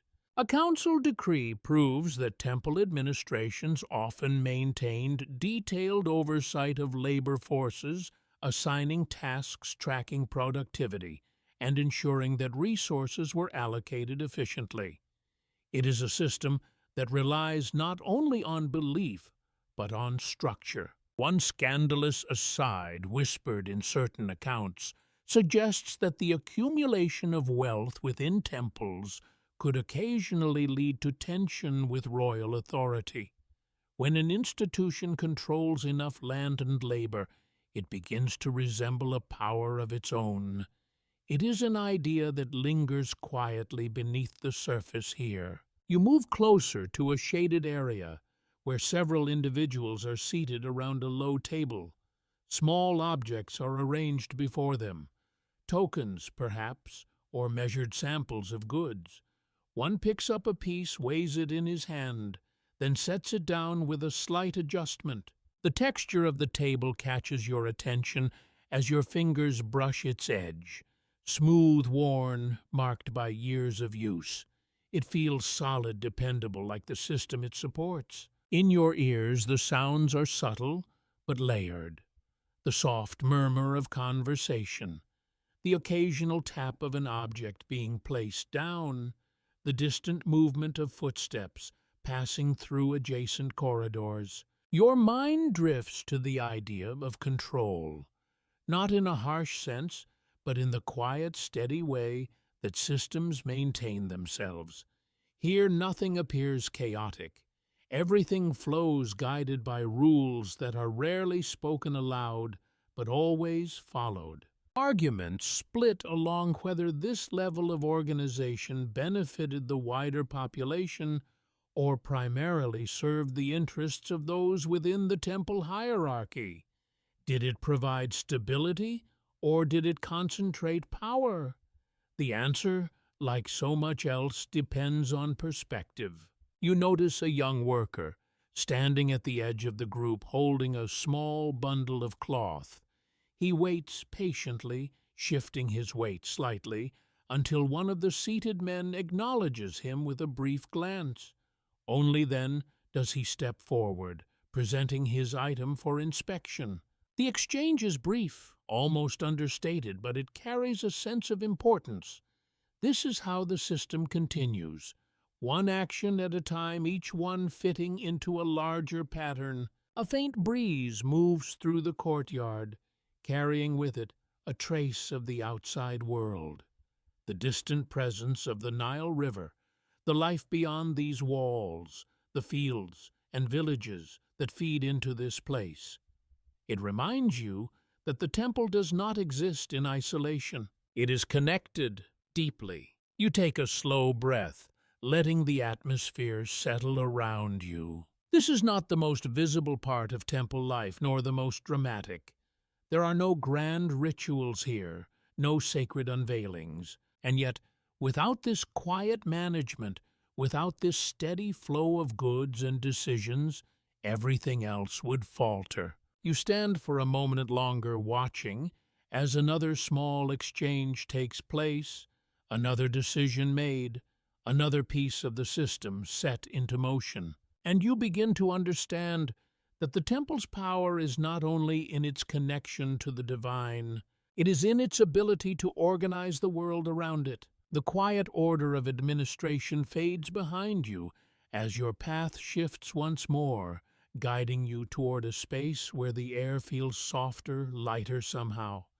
The stone beneath your feet remains the same, but the atmosphere changes in a way that is almost gentle, as though the temple itself is allowing you a brief moment of ease. A doorway opens ahead, and with it, a subtle wash of daylight. You step through and find yourself in a garden.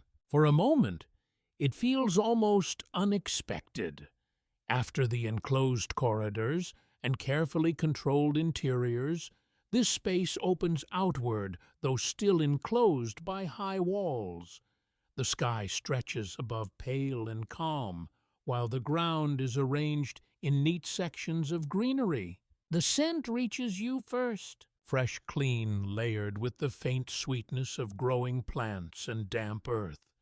It cuts through the lingering incense in your senses, offering something lighter, more grounded. Records confirm that many temples maintained gardens within their grounds, cultivating plants used for offerings, medicine, and ritual purposes.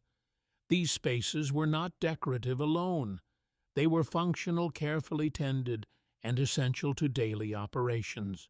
You walk slowly along a narrow path, noticing how the plants are arranged in orderly rows. Small shrubs, perhaps herbs, their leaves releasing a faint aroma when brushed by the morning air. Taller plants stand further back, their shapes casting soft shadows across the ground. A shallow pool reflects the light above its surface, barely disturbed.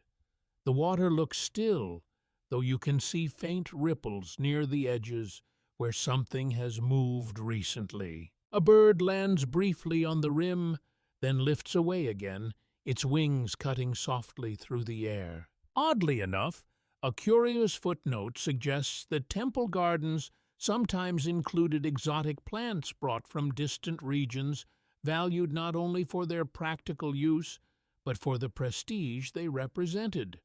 To cultivate something rare was in its own way a display of reach and influence. You notice movement near the far side of the garden. An animal. It stands quietly, its posture relaxed but alert.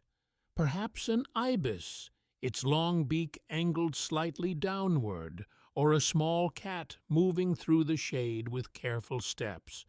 The presence feels natural here, as though the boundary between cultivated space and living creature is intentionally blurred. No agreement has been reached on whether animals within temple grounds were primarily symbolic or simply tolerated as part of the environment. Scholars bicker over the extent to which certain species were deliberately kept for ritual purposes. In some cases, the line between sacred and ordinary seems to dissolve entirely. You move closer to a cluster of plants, your fingers brushing lightly against their leaves.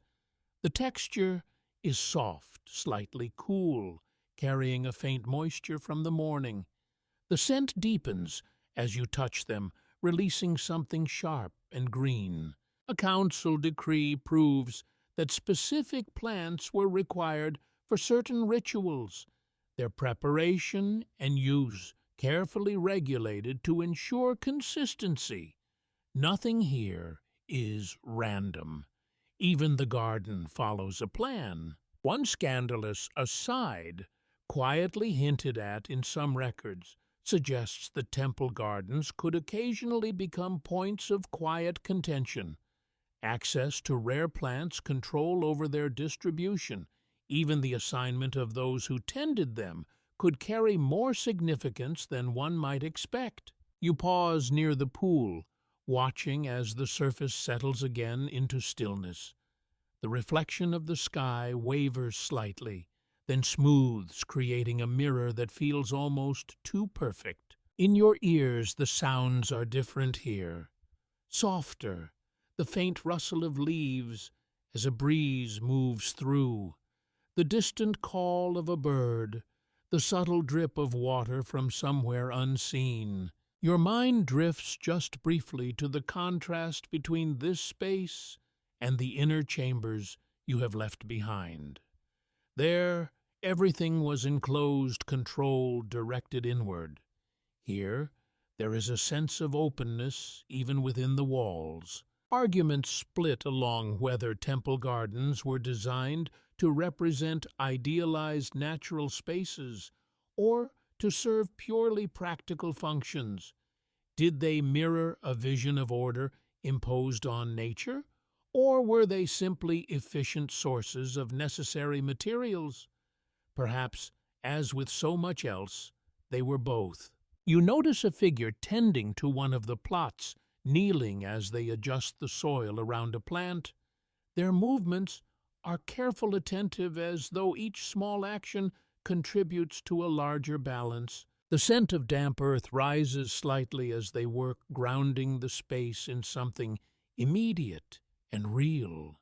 You take a slow breath, letting the freshness settle into you. After the layered rituals, the structured administration, the quiet intensity of the inner chambers, this place feels almost like a pause, not an absence of purpose, but a different kind of presence, a reminder that even within a world of stone and ceremony, life continues to grow, to shift, to adapt. And as you stand there, surrounded by green and water and the soft sounds of movement, you begin to understand that the temple is not only built of carved walls and measured actions. It is sustained by living things. The softness of the garden lingers with you as you step back into the temple's inner passages, though it fades, gradually replaced once more by the controlled stillness of stone. The transition feels gentle, but unmistakable. The scent of damp earth gives way to something sharper, cleaner, almost austere. You notice it immediately. Water, not the broad, distant presence of the Nile River you sensed earlier, but contained water, directed, used with intention. The faint sound of it reaches you first, a steady trickle echoing lightly against stone surfaces. You follow the sound into a smaller chamber where the light is cool and diffused. Shallow basins are carved directly into the walls, their surfaces smooth from repeated use. Thin channels guide the flow of water from one basin to another, creating a quiet, continuous movement that feels both practical and deliberate. A priest stands nearby, his posture composed as he pours water from a narrow vessel over his hands. The liquid glides over his skin, catching the light for a brief moment before disappearing into the channel below. Records confirm that purification rituals were essential before performing any sacred duties requiring priests to wash frequently, sometimes multiple times a day. Cleanliness here is not optional, it is foundational. You step closer, careful not to disturb the rhythm of the space. The air feels cooler, touched by the presence of water and the absence of heavier scents. There is a faint sharpness, perhaps, from minerals dissolved within it, or from substances added for cleansing. Oddly enough, a curious footnote suggests that natron, a naturally occurring salt, was often used in these rituals, valued for its drying and purifying properties. It leaves behind a subtle residue, a faint trace that lingers on skin and stone alike. You watch as another priest approaches his movements, quiet and efficient. He removes a simple cloth from his shoulder and dips it into one of the basins, wringing it out with practiced ease, before passing it over his arms. The gesture is slow, deliberate, as though each motion carries significance beyond the act itself. No agreement has been reached on whether these cleansing rituals were understood as literal removal of impurity or as symbolic preparation for entering sacred space. Scholars bicker over how these practices were perceived internally, whether as physical necessity or spiritual alignment. Standing here, it feels like both are inseparable. The sound of water continues a steady, calming presence. It echoes softly in the chamber, blending with the occasional movement of fabric and the quiet shift of footsteps. A council decree proves that only those who had undergone proper purification were permitted to enter the innermost areas of the temple. The boundaries are clear, though rarely spoken aloud. Cleanliness defines access. One scandalous aside hinted at in passing within certain texts suggests that failure to adhere to these standards could result in exclusion from ritual duties, at least temporarily. It is a quiet form of discipline, one that reinforces the importance of the process without overt display. You reach out, letting your fingers brush the surface of the water in one of the basins. It is cool, almost startling against your skin, grounding you in the moment. The ripple spreads outward, distorting the reflection of the chamber for a brief second before settling again into stillness. The sensation lingers, a subtle reminder of the physicality of this place. In your ears, the sounds remain minimal.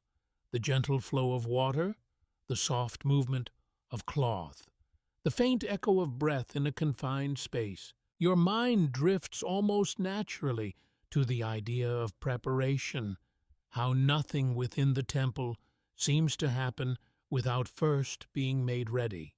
Every action preceded by another, every movement part of a larger sequence. Arguments split along whether this emphasis on preparation reflects a deeper philosophical approach to life, or simply the practical needs of maintaining order.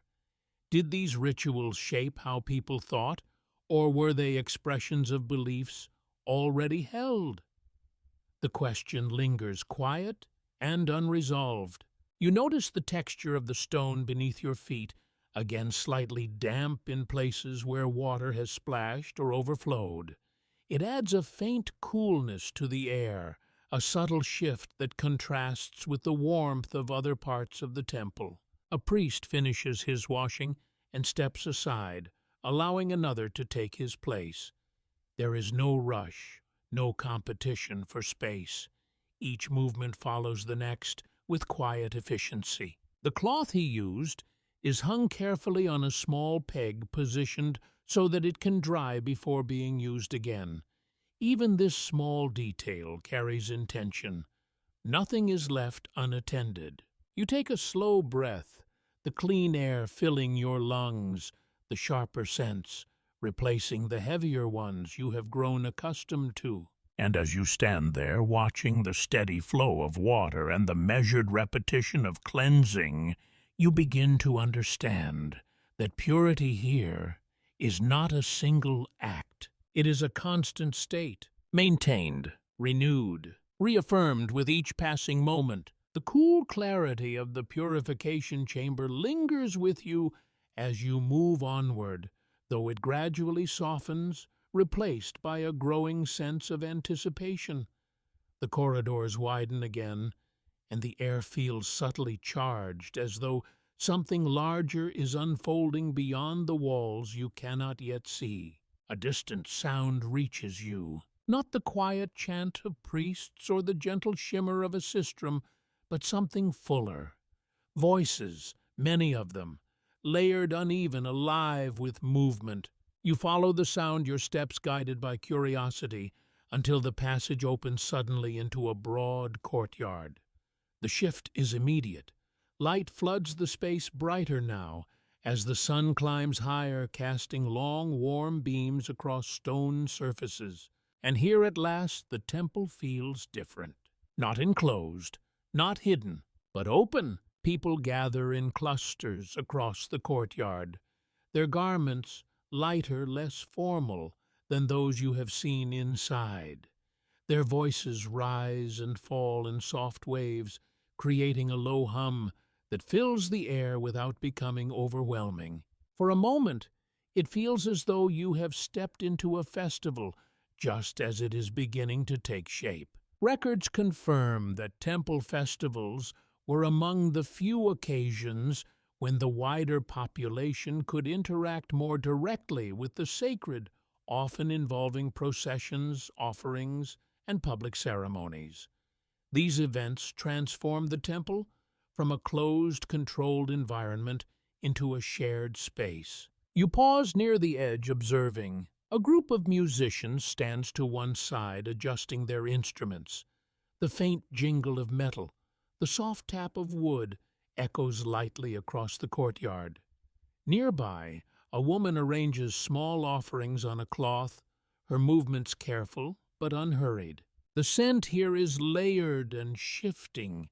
Incense drifts from within the temple, blending with the warmer smells of bodies gathered in the sun, the faint sweetness of food, and the dry note of heated stone. Oddly enough, a curious footnote suggests that festivals could last for several days, with different rituals unfolding at specific times, creating a rhythm that extended beyond a single moment. It was not just an event. It was a cycle within the larger cycle of temple life. You notice a path being cleared through the center of the courtyard, marked not by barriers, but by the subtle movement of people stepping aside. There is an understanding here, unspoken but shared. Something is about to pass through. No agreement has been reached on whether these festivals were primarily religious experiences or social gatherings with sacred elements. Scholars bicker over the balance over how participants themselves might have perceived the event. Standing here, it feels impossible to separate the two. A council decree proves that certain festivals involve the procession of a deity statue beyond the inner sanctuary, allowing the god to visit the people. These moments were rare and highly anticipated, bridging the gap between the hidden and the visible. One scandalous aside hinted at in scattered accounts suggests that such gatherings could become unexpectedly lively. Music, food, even moments of indulgence slipped into the structure, creating a contrast to the strict discipline of daily rituals. You shift slightly as the sound grows clearer. A steady rhythm begins deeper than the sistrum you heard earlier. Drums, perhaps, or large clappers striking in unison. The vibration carries through the ground, faint but noticeable beneath your feet. In your ears, the murmur of the crowd adjusts, voices lowering as attention focuses toward the temple entrance. Your gaze follows. The massive doorway stands open, its shadow stretching across the courtyard like a threshold between worlds. Figures begin to emerge, their movements measured, their formation deliberate. Priests again, though now their presence feels more formal, more visible. They carry something between them, though it is still partially obscured by distance and the angle of light. The air seems to tighten slightly, not with tension, but with focus. Your mind drifts to the idea of visibility, how most of what you have seen inside the temple remains hidden from those gathered here. And yet in this moment, something is being revealed, even if only briefly. Arguments split along whether these processions were intended to bring the god closer to the people or to reinforce the idea of distance by making such moments rare. Did they create connection or deepen awe? The answer, like so much else, remains open. The rhythm of the drums continues steady and grounding as the procession moves forward. You notice the way the light catches on the garments of the priests, the folds of linen glowing softly against the darker interior behind them. There is a contrast here between shadow and sun, between the hidden and the seen. A child near you shifts slightly, standing on tiptoe to catch a better glimpse. An older figure places a gentle hand on their shoulder, steadying them without pulling them back. The crowd remains respectful, their movements controlled as though aware that they are part of something larger than themselves. You take a slow breath, the warmth of the sun settling across your skin, the layered sounds filling your senses. And as you stand there watching the procession begin to emerge from the temple's depths, you begin to understand that this moment is not separate from what you have seen inside. It is an extension of it, a rare opening, a brief connection between the inner world of ritual and the outer world of everyday life. The rhythm of the drums settles into your chest, steady and grounding, as the procession advances into the courtyard. The priests move in careful unison, their steps measured, their posture unwavering. Whatever they carry remains partially veiled, but the attention it draws is unmistakable. For a moment, it feels as though every breath in the courtyard has synchronized. The object borne on a small platform sways gently with each step. Linen drapes fall softly around it, concealing its exact form while still suggesting importance. The light catches on faint metallic details beneath the fabric, offering brief glimpses that disappear almost as quickly as they appear. You lean slightly, trying to see more, though the view remains just out of reach. Records confirm that during certain rituals, the deity's statue could be carried in a portable shrine, allowing it to move beyond the inner sanctuary. This was not a casual act. It followed strict patterns, each movement guided by tradition and expectation. The crowd remains quiet, though not silent. A low murmur continues, voices blending into a soft current that flows beneath the more structured sounds of the procession. Then something changes. The platform pauses, not abruptly, but with a subtle slowing that draws attention without breaking the rhythm entirely. The priests shift their stance slightly, adjusting their grip, their movements controlled and precise. A figure steps forward. Another priest, though his role feels distinct. He positions himself near the front of the shrine, his posture attentive, as though preparing for something that requires careful interpretation. In your ears, the drums soften their rhythm, becoming less pronounced, The sistrum returns its delicate shimmer, filling the space between beats, creating a quieter, more focused atmosphere. You feel the shift before you fully understand it. This is not just a procession, this is a moment of inquiry. No agreement has been reached on how these moments were perceived by those present. Scholars bicker over whether people believed the god truly communicated through movement or whether the interpretation rested entirely with the priests. Standing here, it is easy to see how both possibilities could exist side by side. The priest at the front raises his hand slightly. The shrine tilts. It is a small motion, barely noticeable at first, but it carries weight. The crowd responds almost immediately, a subtle ripple passing through those gathered.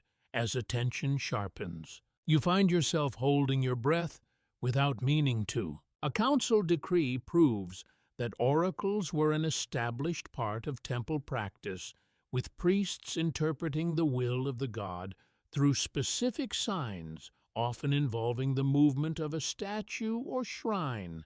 It is a system that blends observation with interpretation in a way that feels both structured and uncertain. One scandalous aside whispered in certain accounts suggests that the interpretation of these movements could occasionally be influenced by those performing them.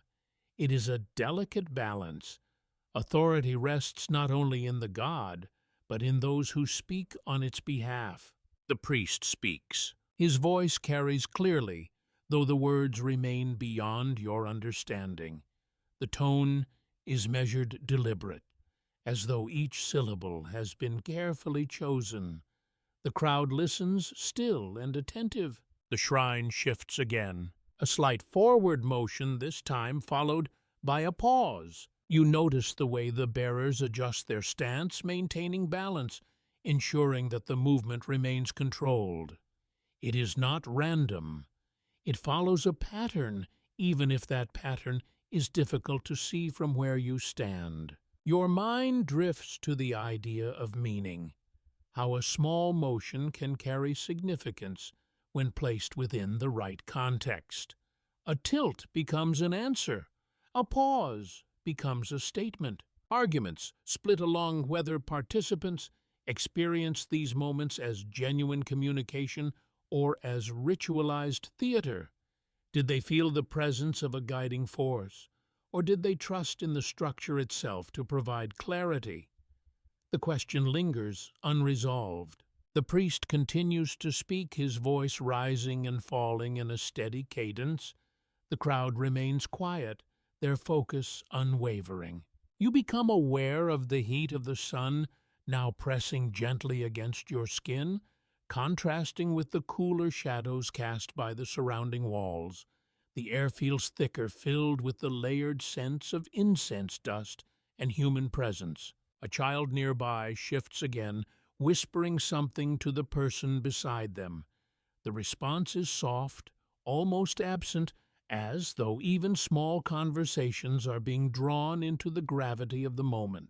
The shrine tilts once more. This time the movement is more pronounced, though still controlled. The priest nods slightly as if acknowledging the gesture, then speaks again, his tone carrying a subtle note of conclusion. The drums resume their rhythm, building, gradually re-establishing the flow of the procession. The moment passes, not abruptly, but with a gentle return to motion, as though the temple itself has taken a breath and released it. You exhale without realizing you had been holding your breath. The shrine moves forward once more, the priests stepping in unison, the crowd parting just enough to allow passage. In your ears the layered sounds return, the drums, the sistrum, the low murmur of voices. The atmosphere shifts back toward movement, toward continuation, and as you watch the procession resume, you begin to understand that this moment, this brief pause for interpretation, is not separate from the ritual. It is part of it, a way of listening, a way of answering, a way of maintaining the connection between the unseen and the visible, even if the exact meaning remains just beyond your grasp. The echo of the drums lingers behind you as the procession moves onward, gradually dissolving back into the wider rhythms of the temple. The crowd begins to loosen their attention, softening as the moment passes, though a trace of it remains in the air, like the last note of a song that has not quite faded. You find yourself drawn away again, guided not by urgency, but by a quiet pull toward another layer of this place. The path narrows once more, leading you into a corridor, where the sounds of the courtyard fall away, replaced by something gentler. A voice, soft measured, repeating the same sequence of sounds with careful precision. You follow it. The corridor opens into a smaller chamber, less formal than the spaces you have seen before. The light here is steady but subdued, filtering in through a narrow opening above. It illuminates a group of figures seated on the floor, arranged in a loose semicircle. They are young, not children exactly, but not yet fully formed in their roles. Their heads are closely shaven, their linen garments simple and slightly less refined than those of the senior priests. In front of each one lies a small surface, perhaps a wooden board or a folded cloth, on which they rest their hands as they practice. This is a place of learning. Records confirm that temple training involved the careful transmission of ritual knowledge, often through repetition and memorization. Chants, gestures, sequences of actions, all passed down from one generation to the next with remarkable consistency. You step quietly into the room, taking care not to disturb the rhythm. An older priest stands before them, his posture relaxed but attentive. He speaks a phrase, his voice steady and clear. The group repeats it in unison, their tones slightly uneven, but gradually aligning.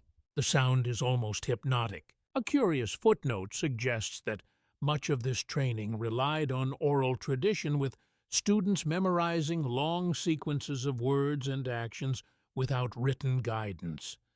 It is a method that requires patience, discipline, and a certain trust in the process. You notice the way one of the younger trainees hesitates slightly, his voice lagging behind the others for a fraction of a second. The instructor pauses, repeating the phrase more slowly, giving him time to catch the rhythm.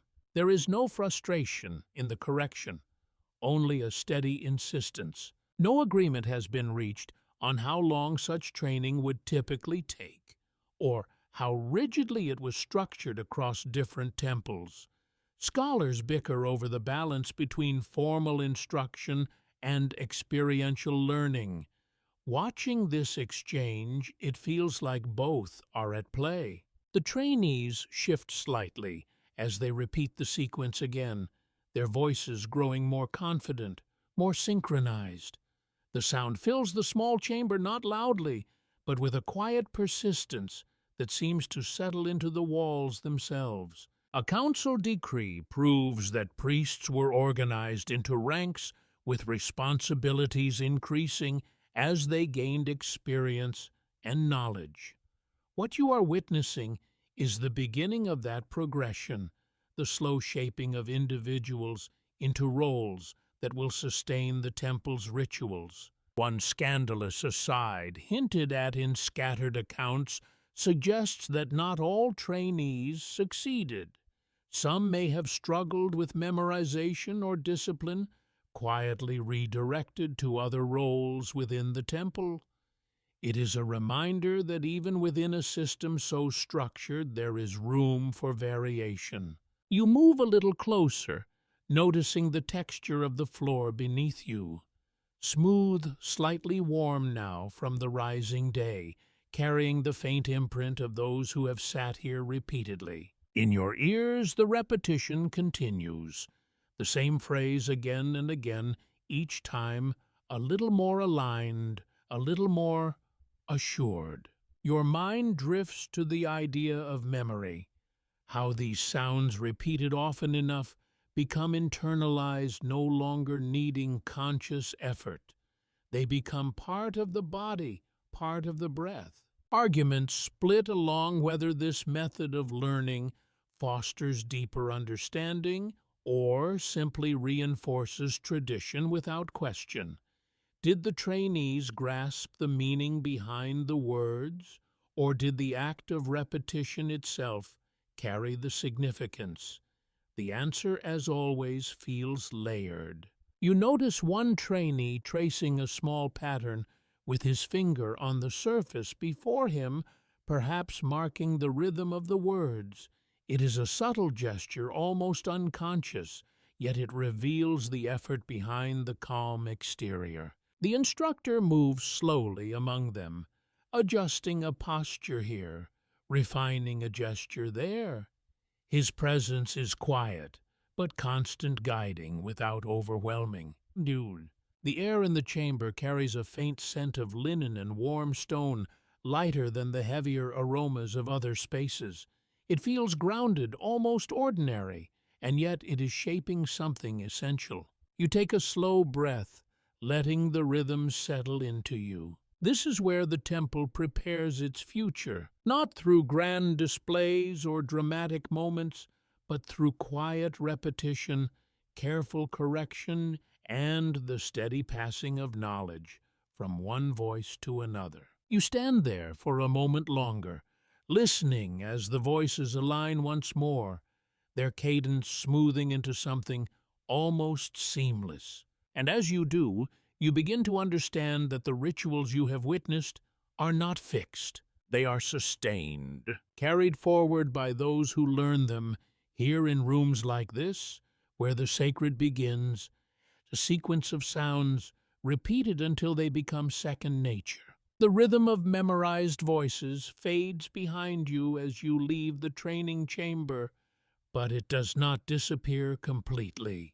It lingers in a softer form, as though the temple itself has absorbed it and is still gently repeating the echo under its breath. You find yourself in a corridor that feels quieter again, but not empty. There is a different kind of presence here, subtle, layered, and unmistakably lived in. The air carries a faint scent of linen and woven fibers, mixed with something earthy, like dried plants prepared for processing. You follow it instinctively, drawn toward a space where activity unfolds in a slower, more deliberate rhythm. The room opens into a weaving workshop. Light filters in through narrow openings near the ceiling, falling in soft bands across rows of looms.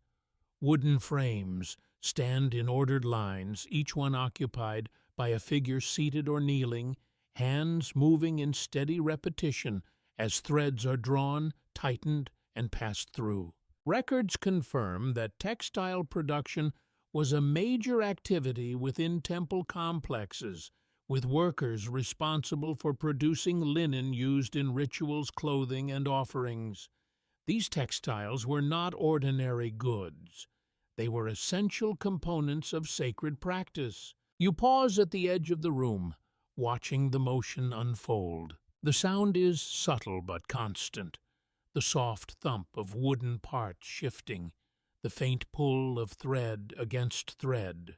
Occasional murmurs exchanged between workers in short practical phrases that never interrupt the rhythm for long. A woman at a nearby loom adjusts her posture slightly, guiding the threads with practiced ease. Her hands move with a confidence that suggests long familiarity, each motion precise but unforced. A curious footnote suggests that linen produced for temple use was often of higher quality than that used in everyday life, sometimes requiring finer weaving techniques and more time-intensive preparation. The difference is visible in the way certain fabrics catch the light, almost shimmering in their delicacy. No agreement has been reached on whether textile production within temples was primarily a form of economic control or a way of ensuring ritual purity through standardized materials. Scholars bicker over whether the emphasis on quality reflects symbolic meaning or administrative efficiency. Standing here, it feels like both explanations could coexist easily. You move slowly between the rows, careful not to disturb the workers. The repetition of their movements creates a calming pattern, almost like a visual chant. Forward, pull, tighten, reset, repeat. One worker glances up briefly as you pass, their expression neutral but attentive, then returns immediately to their task. There is no interruption, no break in rhythm. A council decree proves that temple workshops were often organized into specialized groups, each responsible for a particular stage of production, from spinning thread to weaving finished cloth. It is a system of division that ensures consistency and efficiency across large-scale output. One scandalous aside mentioned quietly in some fragments suggests that certain high-quality textiles produced in temple workshops were occasionally gifted to elite households or used as diplomatic offerings. In such cases, cloth becomes more than material. It becomes influence. You notice the texture of unfinished fabric hanging from one loom. It feels rough at first glance, but as your eyes adjust, you see the fine structure beneath it, the careful alignment of threads forming a strong, even pattern. In your ears, the sounds are steady and unbroken. The soft rhythm of weaving continues without pause, forming a kind of background pulse that anchors the space. Your mind drifts almost naturally to the idea of creation through repetition, how something simple performed again and again gradually becomes something complex and valuable. Arguments split along whether such labor was viewed as purely practical or whether it carried a subtle spiritual dimension when performed within temple grounds. Did the act of weaving itself contribute to sacred order, or was it simply a necessary task housed within a sacred space? The distinction feels thinner the longer you observe. You step slightly to the side as a worker carries a partially finished bolt of cloth, carefully balancing its weight.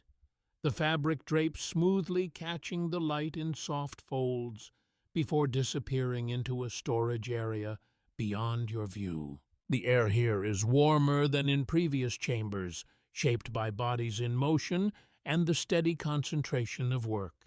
It feels alive in a different way, less ceremonial, more continuous. You take a slow breath, noticing how even this space contributes to the overall structure of the temple, not through ritual or administration, but through material creation, the making of things that will later become part of offerings, garments, and sacred spaces. And as you stand among the steady rhythm of weaving, you begin to see how deeply interconnected every part of the temple truly is. Nothing exists in isolation. Every thread leads somewhere else. The steady rhythm of weaving gradually fades as you leave the workshop, though it leaves a lingering sense of motion behind you, as if the air itself still remembers the pull of thread and the soft tension of creation. The corridor you enter feels slightly cooler again, quieter, more enclosed. Stone returns as the dominant presence, not just underfoot, but around you, shaping the space with deliberate geometry.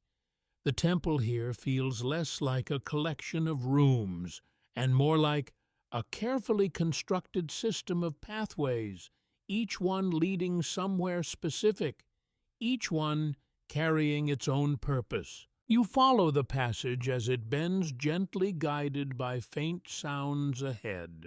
Not chanting, not labor, but something more precise. A tapping, a careful shaping, the kind of sound that suggests skill rather than repetition alone. It opens into a workshop of artisans. The light is softer here, filtered through narrow openings high above, falling in controlled patches across work tables and scattered tools.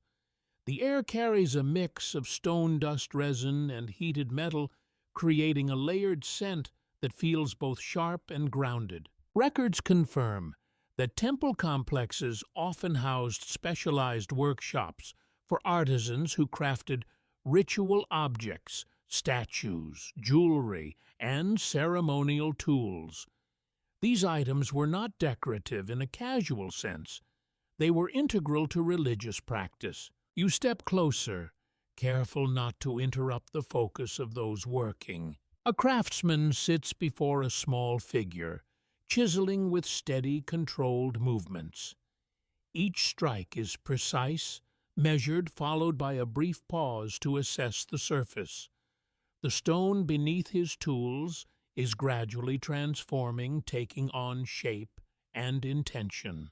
A curious footnote suggests that some statues and ritual objects were crafted from a variety of materials, including stone, wood, and occasionally precious metals, depending on their intended use and the status of the temple.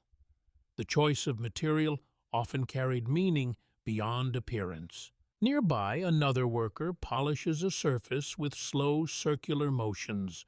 The object gradually begins to reflect light more clearly, its edges softening into something almost lifelike.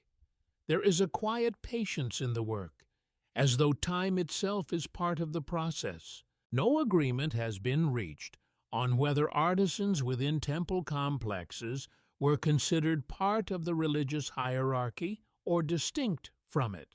Scholars bicker over their status, their proximity to sacred objects, and the degree to which craftsmanship itself was seen as a spiritual act. A council decree proves that objects used in ritual ceremonies were often subject to strict standards of production, ensuring consistency in form and function across different temples. Precision is not optional here, it is expected. One scandalous aside mentioned in some fragments of historical interpretation suggests that certain highly skilled artisans could gain significant prestige, even influence, due to their ability to create objects believed to mediate between human and divine realms. Skill in this context becomes a form of authority. You notice a partially completed object resting on a nearby table. Its shape is not immediately clear, but you can see the intention forming within it. A curve here, a raised surface there, hints of something meant to be recognized in ritual context. The texture of the workspace is uneven beneath your hand as you brush the edge of the table. Small scratches, faint indentations, marks left by countless similar projects. It is a surface shaped not by design alone, but by repeated use. In your ears, the sounds are subtle but focused. The strike of a tool against stone, the soft rasp of polishing, the occasional quiet exchange of instruction or observation between workers. Your mind drifts to the idea of transformation, how raw material becomes something meaningful through gradual refinement. Stone becomes form, metal becomes symbol, wood becomes vessel. Arguments split along whether these workshops operated primarily under religious oversight or whether they functioned with a degree of independence, simply fulfilling temple demand. Did the sacred nature of the objects influence their creation, or was craftsmanship itself elevated by its context? The answer remains layered and uncertain. You watch as the craftsman pauses, stepping back slightly to examine his work. His expression is neutral, but attentive, as though listening to what the material itself is becoming. Another worker passes behind him, carrying a small tray of tools, each one carefully arranged. The organization is subtle but precise, reflecting a system where even tools have their place. The air carries a faint warmth here, not from fire, but from sustained human activity. It is a warmth that builds slowly, shaped by concentration and effort, rather than heat alone. You take a slow breath, letting the environment settle around you. This is not the visible ritual of priests or the structured order of administration. It is something quieter but equally essential, the shaping of objects that will later carry meaning. And as you stand among the artisans watching stone slowly become something more than stone, you begin to understand that creation itself is part of the temple's language, a language spoken in form, not words. The sound of carving and polishing fades slowly behind you like a memory that refuses to disappear completely, but no longer demands your attention. The corridor ahead feels narrower again, more enclosed, as though the temple is drawing you inward once more, rather than outward. The light dims slightly, not darkness, but a deliberate reduction, as if illumination itself is being rationed according to importance. Shadows stretch longer across the stone floor, and the air grows cooler, more still. You notice immediately that the atmosphere has changed. There is a sense of restriction here, of boundaries. You follow the passage until it opens into a space that feels less like a room and more like a threshold. The walls are thicker, the carvings deeper, the architecture more layered. Everything here seems designed to control not just movement, but perception itself. Ahead, a narrow doorway stands partially concealed, framed by symbols that appear more complex than those in earlier chambers. The entrance is not wide nor inviting in a casual sense. It is deliberate, precise, and carefully maintained. You instinctively slow your pace. Records confirm that certain areas within temple complexes were strictly restricted to high-ranking priests, particularly those responsible for the most sacred rituals. These inner spaces were considered the most direct points of contact between the human world and the divine. You stop just before the threshold, observing carefully. Beyond the doorway lies darkness, but not emptiness. There is presence there. You can feel it, even without stepping into it fully. A stillness that feels dense, almost tangible. A faint scent reaches you. Not incense, not food, not oil. Something older, cooler. Stone that has been enclosed for so long, it seems to have developed its own quiet identity. Oddly enough, a curious footnote suggests that some inner sanctuaries were deliberately designed to limit airflow and light, enhancing the sense of separation from the outside world. The effect is not accidental, it is architectural intention. No agreement has been reached on whether these restricted spaces were primarily symbolic boundaries or practical ones designed for ritual control. Scholars bicker over whether the secrecy served theological purposes or reinforced institutional authority. Standing here, the distinction feels intentionally blurred. A council decree proves that only specific priests, often those of highest rank, were permitted to enter the most sacred chambers, and even then only after completing extensive purification rituals.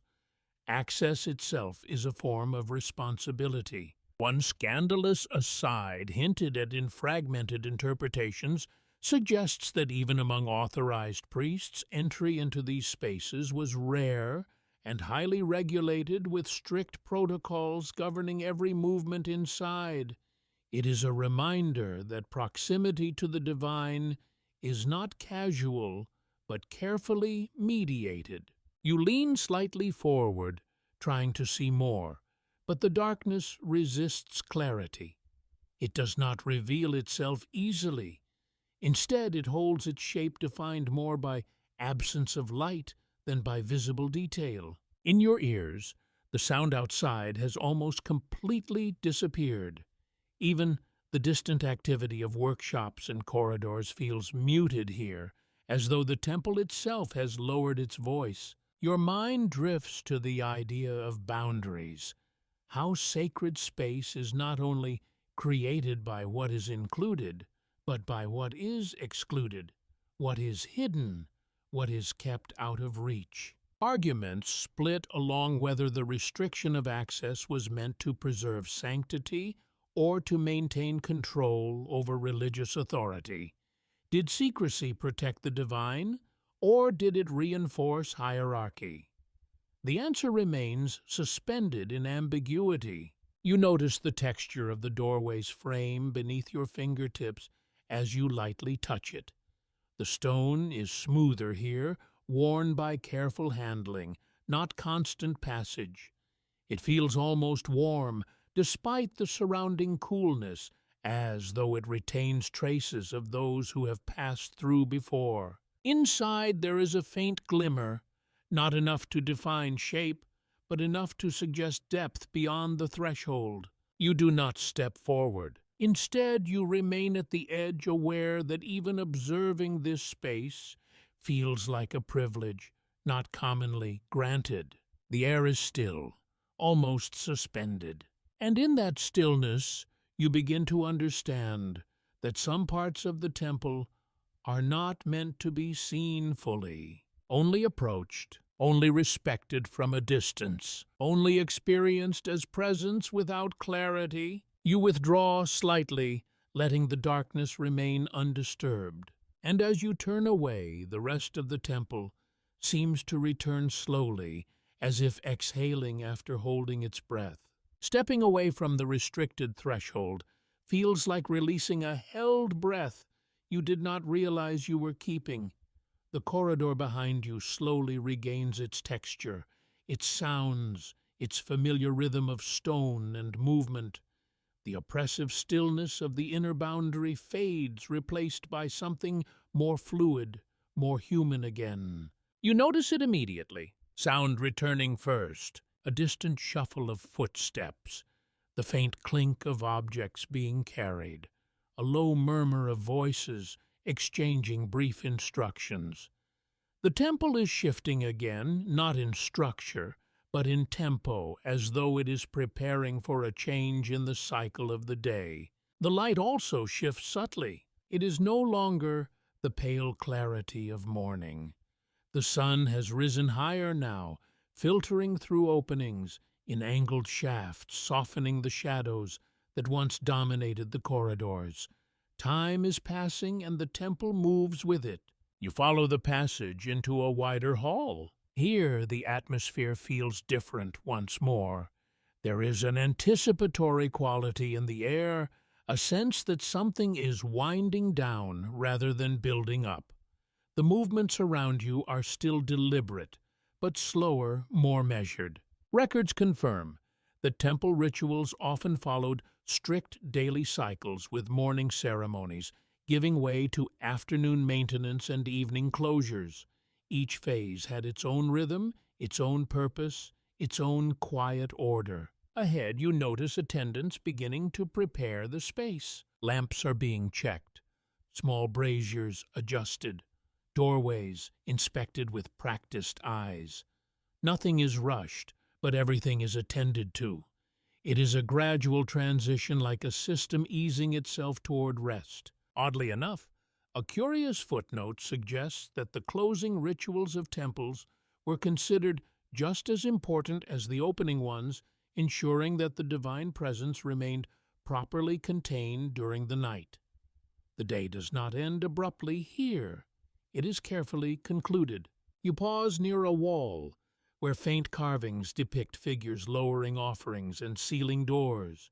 The imagery feels appropriate now, almost instructive, as though the temple itself is reminding you of what comes next. No agreement has been reached on whether these closing rituals were symbolic acts of respect or practical measures for maintaining order and security. Scholars bicker over whether the sealing of sacred spaces was about protecting the divine or protecting the institution. Standing here, it feels like both explanations overlap. A council decree proves that at specific times of day, priests were required to formally put the god to rest, a ritualized closure of divine activity within the temple. It is a concept both simple and profound. Even the divine follows a rhythm of day and night. One scandalous aside, hinted at in certain interpretations, suggests that the closing of temple spaces involved careful accounting of objects, offerings, and ritual tools, ensuring nothing was misplaced or misused overnight. Sacred order and administrative order converge once again. You move slowly through the hall as the preparations continue around you. A priest passes by carrying a small vessel, his steps quiet but purposeful.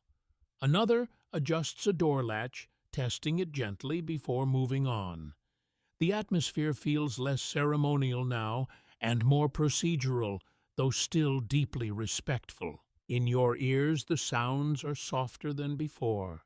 The faint scrape of wood against stone, the gentle clink of metal fittings being secured, the occasional murmur of confirmation between workers.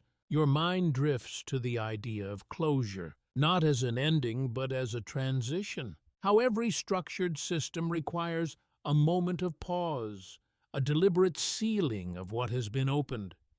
Here, even sacred space follows that principle. Arguments split along whether these closing rituals were intended to symbolically contain divine presence or simply to mark the end of operational activity within the temple. Did the god sleep, or was it simply the human structure that paused? The ambiguity remains. You notice the way light shifts across the floor as another lamp is adjusted. Shadows settle more evenly now, losing their sharp edges. The space begins to feel calmer, less active, more contained. A group of attendants gathers near one of the larger doorways, exchanging brief gestures before beginning the process of securing it. The movement is coordinated, practiced, and efficient. There is no hesitation, no uncertainty, only completion. You take a slow breath, noticing how the air feels slightly cooler again, as if the temple is settling into a different state. The sense of activity does not vanish, but it recedes like waves pulling back from the shore. And as you watch the final adjustments being made, you begin to understand that the temple is not only defined by its rituals of awakening and offering, it is equally defined by its rituals of closure, by the quiet, careful act of ending, so that everything may begin again tomorrow. The quiet finality of the closing rituals lingers in the air as you move away from the main halls, though the temple does not feel empty. It simply shifts again like a living structure adjusting its posture. The energy changes from outward motion to inward vigilance. You notice it first in the corridors. The movement is more controlled now, more focused.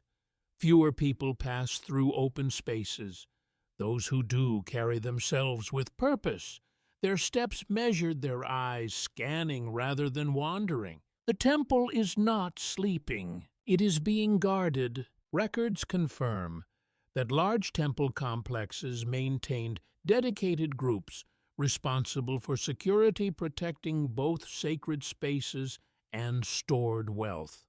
These guards were not only physical protectors, but also enforcers of access, ensuring that only authorized individuals moved freely within restricted areas. You pass a narrow passage where two figures stand at attention near a doorway. Their posture is firm, their presence quiet but unmistakable. They do not speak. They observe. A faint metallic glint catches your eye, perhaps from simple weapons or tools carried at their side. Nothing elaborate, but functional, practical. The air here feels different again, less scented, less ceremonial, more neutral, as though stripped of excess and reduced to necessity. Oddly enough, a curious footnote suggests that temple security was as much about controlling internal access as it was about defending against external threats. In many cases, the greatest concern was not invasion, but regulation of movement within the complex itself. You slow your pace slightly, sensing how the structure of the temple subtly changes around you.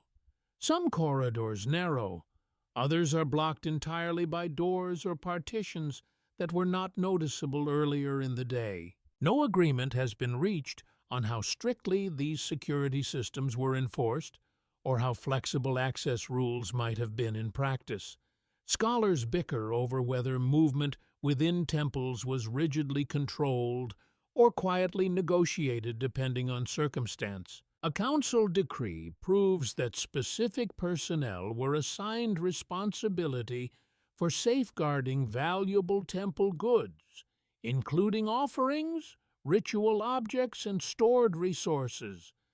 Security here is not abstract. It is embedded into daily function. One scandalous aside, hinted at in certain fragmented accounts, suggests that internal disputes over access or responsibility occasionally arose, particularly when valuable goods or sacred items were involved. Where responsibility is concentrated, tension is never far away. You pass a storage-adjacent corridor where a sealed doorway is marked with faint symbols. A guard stands nearby, motionless except for subtle shifts in stance. His attention flickers briefly toward you, then away again, assessing without interruption. You feel for the first time a clear sense of boundaries being actively enforced. Not just symbolic boundaries, practical ones. The temple is a layered system. You have already seen its ritual heart, its administrative core, its productive spaces. Now you are seeing its protective shell. In your ears the sounds are subdued. Footsteps echo more clearly in quieter corridors. The occasional distant voice carries further in the absence of overlapping activity. Your mind drifts to the idea of containment, how sacred spaces require not only access but restriction, not only openness but limitation. Arguments split along whether temple security existed primarily to protect spiritual sanctity or to preserve economic and political assets. Did guards defend the gods or the resources associated with them? The answer remains intertwined. You notice a small group of guards coordinating near an intersection, exchanging brief gestures before separating to different positions. Their movements are efficient, rehearsed, almost invisible in their routine. The architecture itself seems to assist them. Narrow sight lines, controlled entry points, corners that naturally guide movement rather than allowing free flow. It is a system designed for oversight without constant attention. You take a slow breath, aware now of how the temple balances openness and restriction. You were allowed deep inside earlier, but only under conditions you did not fully control. Now you sense how carefully that access is managed. A faint sound echoes from a distant gate being secured. A final adjustment, a confirmation. The structure settles further into its end-of-day state. And as you move through these guarded corridors, you begin to understand that protection here is not only about keeping things out. It is about maintaining order within, ensuring that every sacred material and human element remains exactly where it is meant to be, until the next cycle begins. The guarded corridors gradually loosen their grip on you as you move away from the security posts. Though the sense of structure never fully disappears, it simply becomes less visible, less immediate, like something embedded into the bones of the temple rather than displayed on its surface. You begin to notice movement again, not the rigid posture of guards or the careful efficiency of administrators, but something more fluid. People carrying baskets, small bundles, sealed containers. The flow of goods resumes its quiet presence, weaving through the temple's architecture with practiced ease. The air carries a faint blend of grain oil and dried herbs, familiar now but layered in a different way. You enter a transitional space where activity feels neither strictly ritual nor purely administrative. It is a space of exchange of movement between systems. Records confirm that temples in ancient Egypt functioned as major centers for receiving offerings and redistributing resources, including grain, textiles, livestock, and crafted goods. These offerings were not simply symbolic gifts. They formed part of a structured economic cycle. You pause near a low platform where several baskets are being inspected. A scribe stands nearby, marking details on a small tablet, while another individual presents goods for verification. The exchange is calm, methodical, almost routine. Oddly enough, a curious footnote suggests that offerings to temples were often expected or socially reinforced obligations rather than purely voluntary gifts. They represented both devotion and participation in a wider system of reciprocity. A man steps forward with a container of grain, setting it down carefully. The weight of it is evident in the way he adjusts his posture afterward. The scribe notes something, then gestures slightly, indicating acceptance. No agreement has been reached on whether such exchanges were primarily religious acts or forms of taxation under sacred framing. Scholars bicker over whether devotion and obligation can truly be separated in this context. Standing here, the distinction feels deliberately blurred. A council decree proves that offerings received by temples were meticulously recorded and often redistributed to support workers, maintain operations, and sustain the broader community connected to the temple system. Nothing here remains static. Everything moves through cycles of giving and return. One scandalous aside hinted at in certain surviving interpretations suggests that the flow of goods through temples could occasionally be influenced by social relationships or local influence, though always within the boundaries of formal structure. Even systems built on order still contain human nuance. You watch as a small group of workers carries bundles of cloth into a side chamber. Their movements are steady, unremarkable, yet essential. Each item passes through multiple hands, each step accounted for in some way. The architecture here supports that flow. Open corridors connect to storage rooms. Narrow passages lead to inspection points. Everything is arranged to facilitate movement without confusion. In your ears, the soundscape is subtle but continuous. Soft footsteps, occasional low conversation, the rustle of woven material being handled, the faint scratch of marking tools on stone or clay. Your mind drifts to the idea of obligation, how offerings once given become part of a larger system of redistribution. Nothing remains in its original state for long. Everything is absorbed, recorded, and reallocated. Arguments split along whether this system functioned primarily as a spiritual economy or as a structured method of resource management under religious authority. Did people give out of belief, expectation, or necessity? The answer seems to shift depending on perspective. You notice a sealed container being opened briefly for inspection. The contents are checked, noted, and then resealed with practiced efficiency. There is no hesitation, no excess motion, only process. A faint breeze passes through the corridor, carrying the mixed scents of grain and stone dust. It feels grounding, almost ordinary, despite the complexity of the system it supports. You take a slow breath, observing how seamlessly movement and record-keeping intertwine. Every action here has a counterpart somewhere else.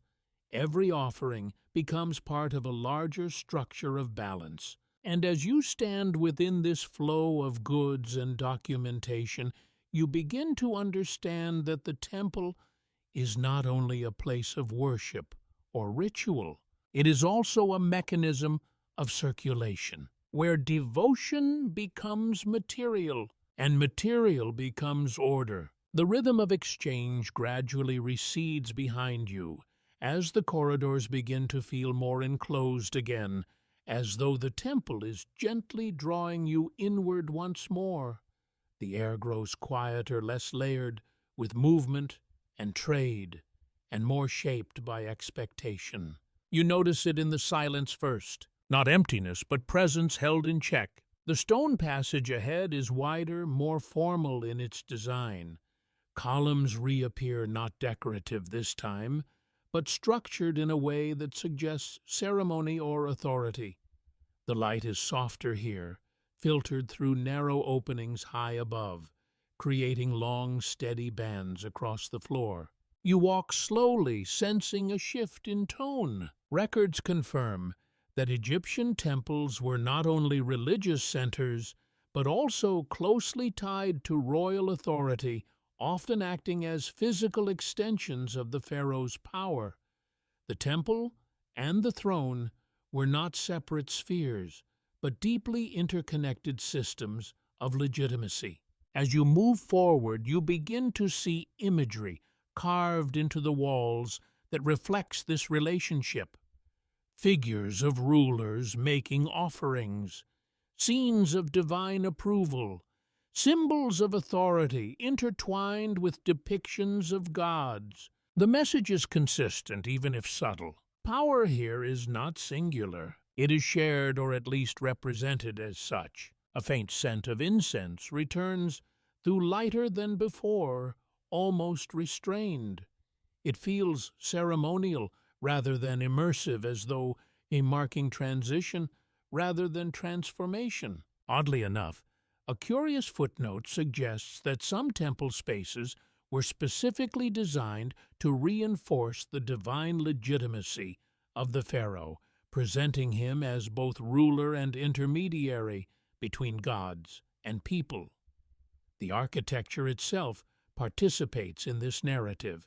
You pause near a carved relief showing a figure presenting offerings before a seated deity. The proportions are carefully balanced, the posture formal, the gesture precise. It is not simply decoration. It is instruction in visual form. No agreement has been reached on how audiences of the time interpreted these images. Scholars bicker over whether they were read as literal representations, symbolic affirmations, or a combination of both. Standing here, the meaning feels layered rather than fixed. A council decree proves that temple rituals often included references to royal authority, reinforcing the connection between governance and divine order. The temple does not exist outside the political structure. It reinforces it. One scandalous aside, hinted at in certain interpretations, suggests that tensions occasionally arose between temple authorities and royal officials, particularly when control over resources or ritual authority overlapped. Even systems built on shared legitimacy contain friction beneath the surface. You continue forward, noticing how the architecture subtly emphasizes verticality, columns rising higher, reliefs stacked in ordered layers. The sense of elevation is not physical alone, but conceptual. In your ears, the sounds are minimal again. The distant echo of footsteps, a faint rustle of movement deeper within the temple, the occasional soft exchange of voices quickly contained. Your mind drifts to the idea of representation, how authority is not only exercised but displayed, how power must be seen to be recognized even when its actual mechanisms are far more complex. Arguments split along whether the temple served primarily as a religious institution that supported royal ideology or as a political structure that used religion as its language. Did belief shape power, or did power shape belief? The answer remains entangled. You notice a larger chamber ahead its entrance, framed by more elaborate carvings. The figures here are more formal, their gestures more pronounced, their placement carefully arranged to guide attention. A subtle shift in lighting draws your focus forward. Inside, the space opens slightly revealing scenes that depict ritual acts performed before royal and divine figures. The imagery is deliberate, almost instructional, reinforcing relationships rather than simply recording them. You take a slow step closer. The stone beneath your feet feels cooler here, as though the space has been less frequently traversed or more carefully maintained. Every detail seems to carry intention. A faint breeze moves through the chamber, carrying with it the mixed scent of incense and stone. It is subtle, but enough to remind you that this space is still part of the living temple. You pause, observing the interplay of imagery, architecture, and silence, and you begin to understand that here, authority is not simply held, it is continuously expressed, reinforced not through declaration alone, but through space, symbol, and repetition, a shared language between God's rulers and those who serve within the temple's walls. The chamber of royal imagery slowly falls behind you as the temple shifts once again into a different kind of space, one that feels less tightly bound to internal hierarchy and more open to movement from the outside world. The air subtly changes here, carrying unfamiliar traces alongside the familiar scent of stone and incense. You notice it first in the small details, a different accent in a spoken phrase, a garment dyed in colors not commonly seen in the inner chambers, a vessel shaped in a style that feels slightly foreign to the patterns you have grown used to. You are not alone in this space. Records confirm that temples in ancient Egypt often served as points of contact between local society and foreign visitors, including traders, emissaries, and travelers from neighboring regions. These interactions were not constant, but they were significant enough to influence material culture and ritual exchange. Ahead, you see a small group gathered near a shaded alcove. They are engaged in conversation, though not all of it is easily understood. A mixture of gestures and carefully chosen words suggests negotiation or exchange. One figure presents a small object wrapped in cloth, while another examines it with attentive focus. The atmosphere here is different from the structured precision of earlier chambers. It is still controlled, but more fluid, more adaptable. Oddly enough, a curious footnote suggests that some temple complexes maintain designated areas for receiving foreign goods or delegations, ensuring that external influence was integrated into the system rather than excluded from it. The boundary between inside and outside is not absolute. It is managed. You move closer, careful not to interrupt the exchange. The object being presented catches the light briefly as it is unwrapped. Its material is unfamiliar, or at least not commonly seen in the inner sections of the temple.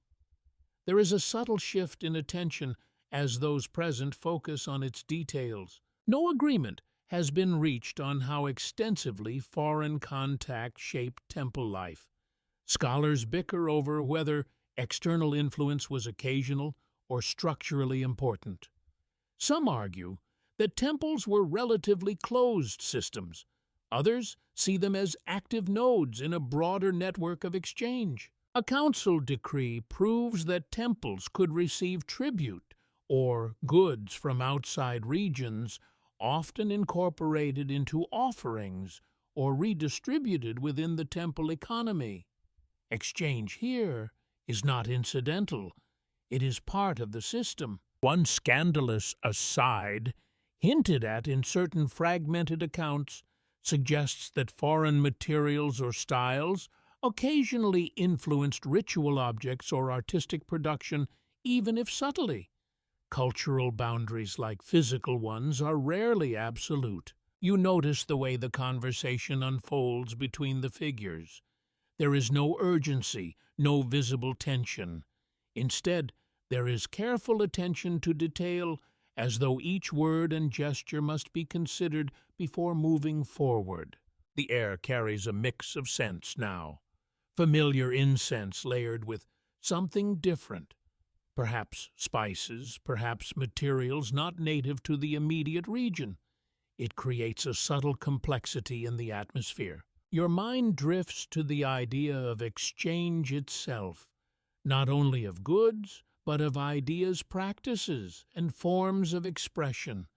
How contact with the outside world does not simply add to a system, but gradually reshapes it. Arguments split along whether temples functioned primarily as centers of cultural preservation or as active participants in cross-regional interaction.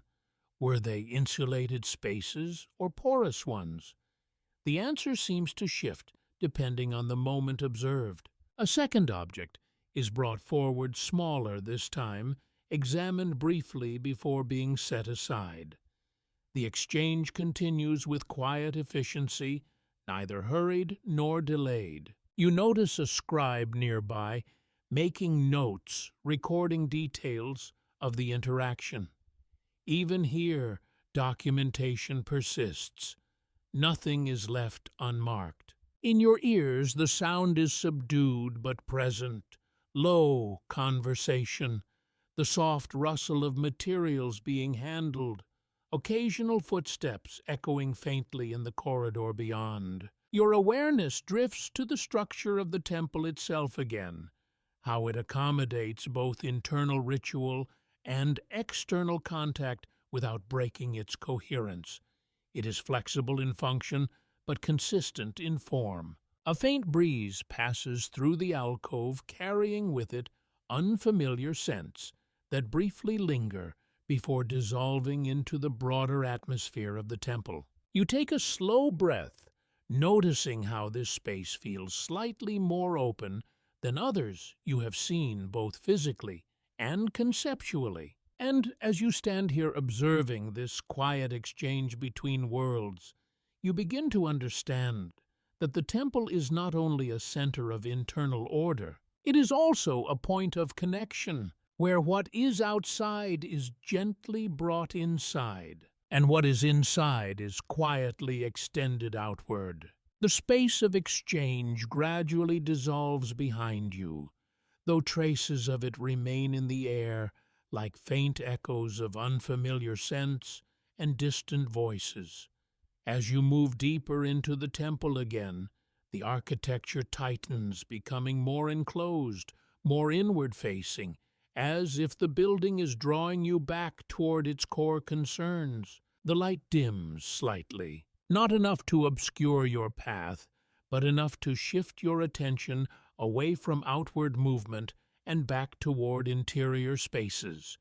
The corridor bends gently, leading you toward a chamber that feels quieter, more intimate in its atmosphere. You begin to hear it before you see it, a low murmur of voices, not chanting this time, something softer, more conversational, interspersed with pauses, brief exchanges, and the faint rustle of movement. You enter a chamber that feels different from those before it. Smaller, more controlled, yet deeply focused. Records confirm that temples in ancient Egypt often incorporated healing practices where ritual and early medical knowledge intersected.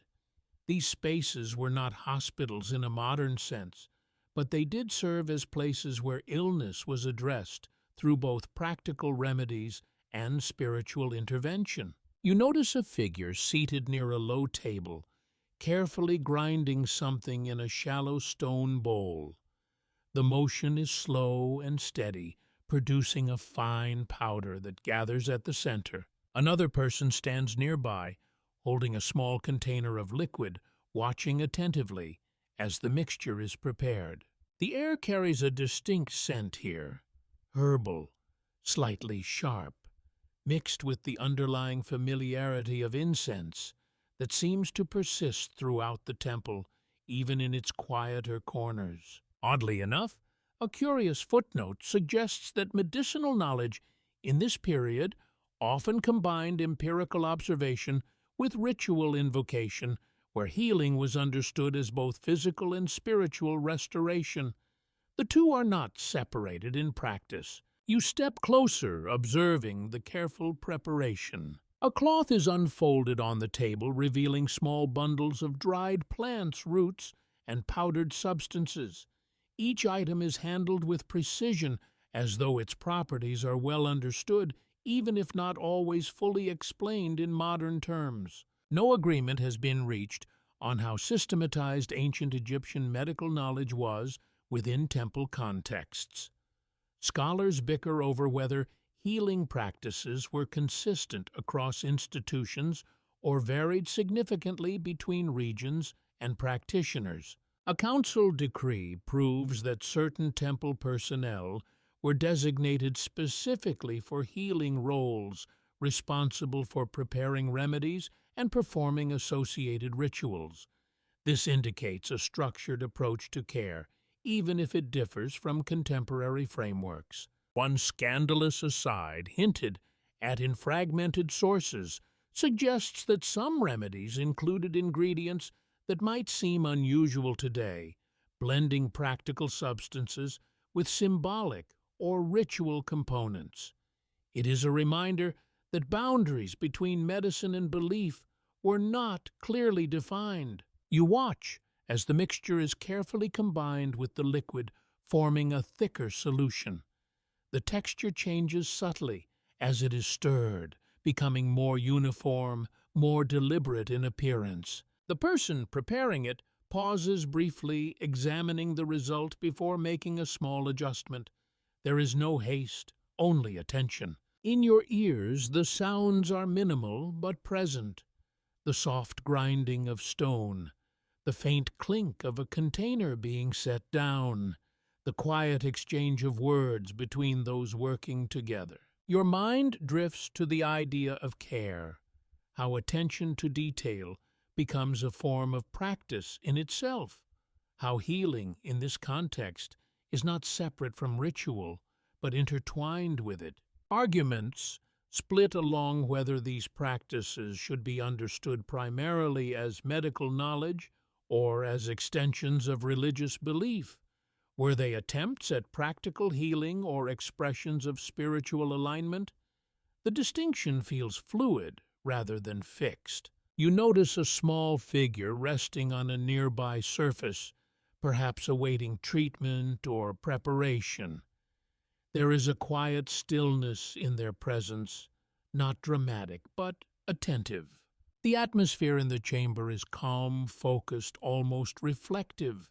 It is not the intensity of ritual, nor the structure of administration, but something more personal. A faint breeze moves through the space, carrying the scent of herbs more clearly for a brief moment before it settles again.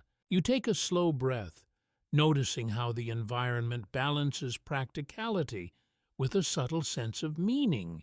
Even here, within what appears to be a space of care and remedy, the temple's broader patterns remain present. And as you observe the careful blending of substances and the quiet concentration of those working, you begin to understand that healing here is not only about the body. It is also about restoring balance in all its forms. The quiet focus of the healing chamber lingers behind you as you move on, but the atmosphere begins to shift again, subtly at first, then more distinctly. The corridors grow slightly narrower, and the light takes on a softer, more uneven quality, as though filtered through layers of memory rather than stone. You notice small details that feel less structured than before. A carved symbol placed slightly off alignment, a small bundle tied and left in a niche, a faint mark on the wall that does not match the strict patterns you have seen elsewhere. The temple, for all its order, has spaces where belief becomes more personal. You enter a passage that feels quieter still, not empty, but hushed in a different way. The air carries a mix of incense and something less defined. Perhaps dried herbs, perhaps something burned long ago. It is difficult to isolate, as though the scent itself resists categorization. Records confirm that ancient Egyptian temple life included a wide range of practices that modern observers might describe as magical or protective rituals, often intertwined with daily religious activity. These were not separate systems, but overlapping layers of belief and practice. You step into a small alcove where objects are arranged with careful attention. Amulets, small figurines, and carved stones rest on shallow shelves. Some are simple, others more intricate, each one positioned deliberately. The arrangement feels personal, almost intimate, as though these items are meant for individual use rather than public display. A priest passes nearby, pausing briefly to adjust one of the objects before continuing on his way. The gesture is subtle, almost absent-minded, but still purposeful. Oddly enough, a curious footnote suggests that such objects were often believed to provide protection, guidance, or influence over unseen forces. Their function extended beyond physical form into the realm of perception and belief. You reach out slightly, stopping just before touching one of the carved items. Its surface is smooth, worn in places where hands may have handled it repeatedly. It feels both ordinary and significant at the same time. No agreement has been reached on how widely such practices were integrated into formal temple systems versus personal devotion.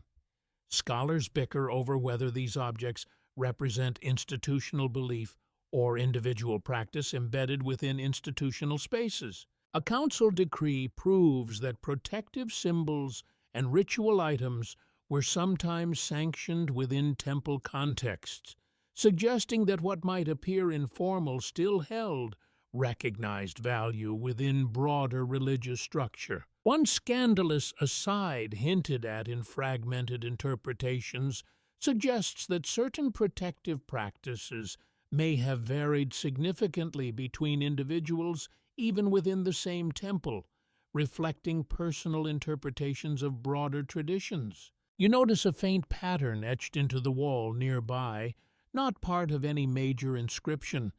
It is smaller, less formal, almost hidden within the surrounding stonework. It does not draw attention immediately, but once seen, it is difficult to ignore. In your ears, the sounds are minimal.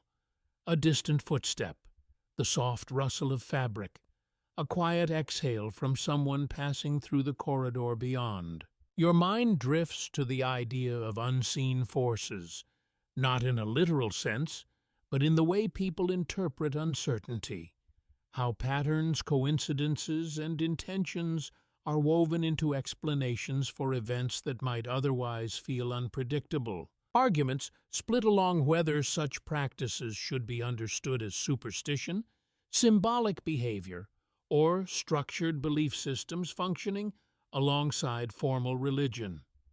The boundaries are not clear, and perhaps were never intended to be. You notice a small niche containing several stacked objects, each slightly different in shape. Their arrangement feels deliberate, though not rigidly formal. There is room for variation here, for personal meaning. A faint shift in air passes through the alcove, carrying the scent of incense again, though lighter now, almost residual. It blends with the earlier herbal notes, creating a layered impression that is difficult to separate. You take a slow breath, noticing how the temple accommodates both structure and ambiguity. Formal rituals exist alongside quieter, less visible practices. Official systems coexist with personal expressions of belief, and as you stand among these small objects and subtle markings, you begin to understand that not everything within the temple is fully defined. Some things are meant to be interpreted, experienced, and carried quietly within the individual. The quiet alcove of hidden meanings fades behind you, but its atmosphere clings lightly to your thoughts, like a scent that refuses to fully leave. As you continue through the temple, the architecture subtly tightens again. The corridors feel less open, more deliberate, as though guiding you towards something that requires careful attention.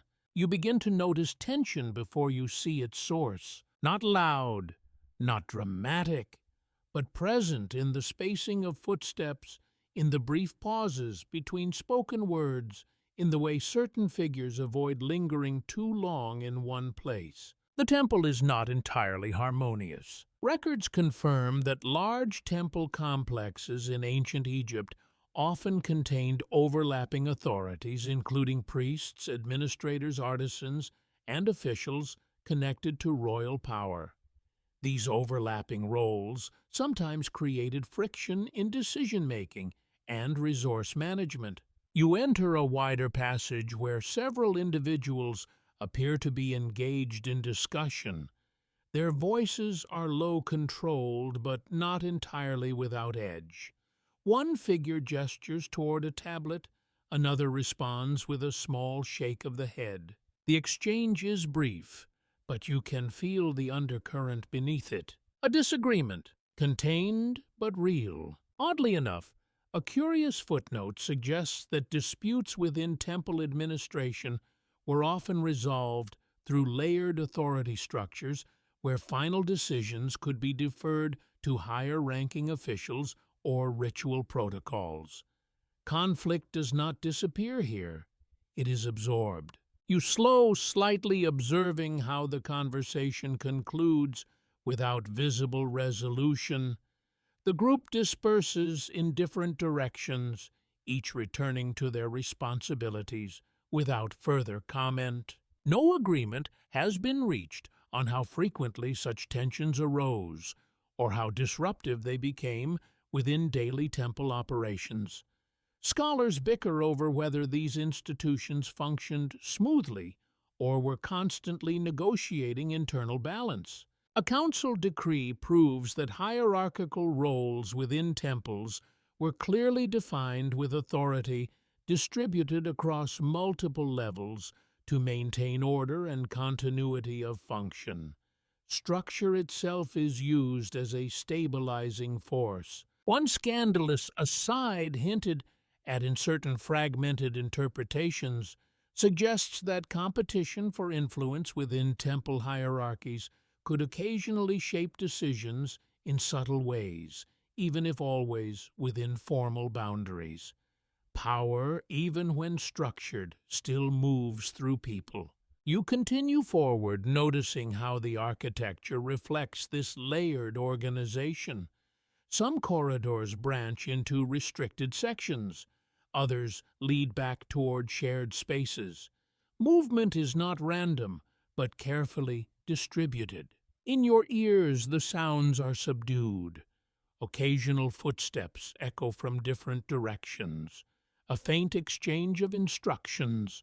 The soft closing of a door somewhere deeper within the complex. Your mind drifts to the idea of balance within systems, how stability is not the absence of tension, but the management of it, how institutions endure not by eliminating disagreement, but by structuring it. Arguments split along whether temple hierarchies functioned as efficient systems of governance or as complex networks of negotiated authority.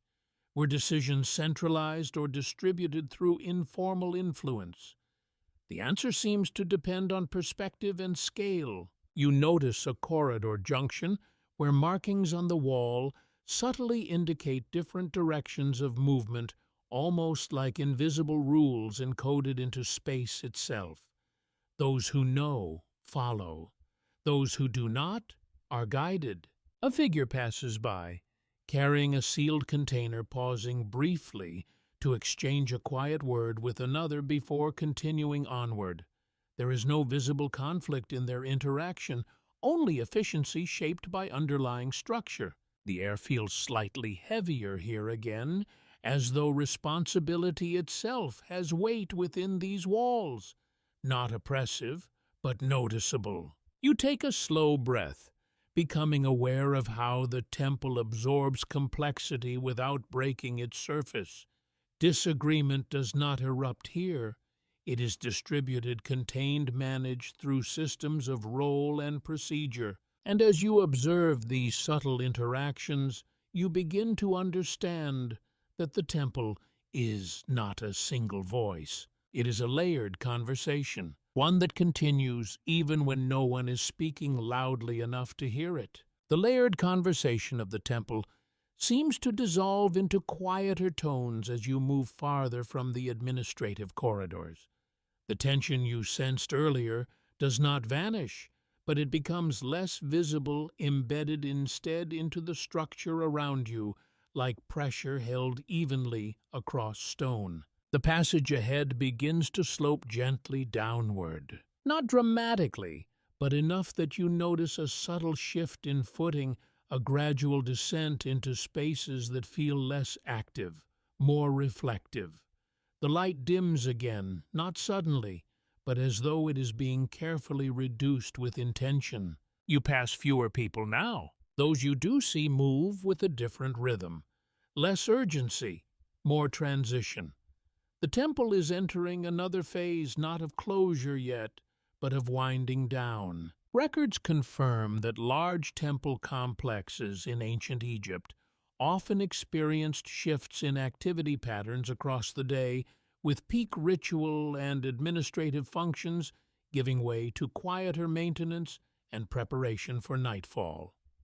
Time here is structured, not continuous. You enter a corridor where the walls feel older, their carvings softened by time and repeated passage.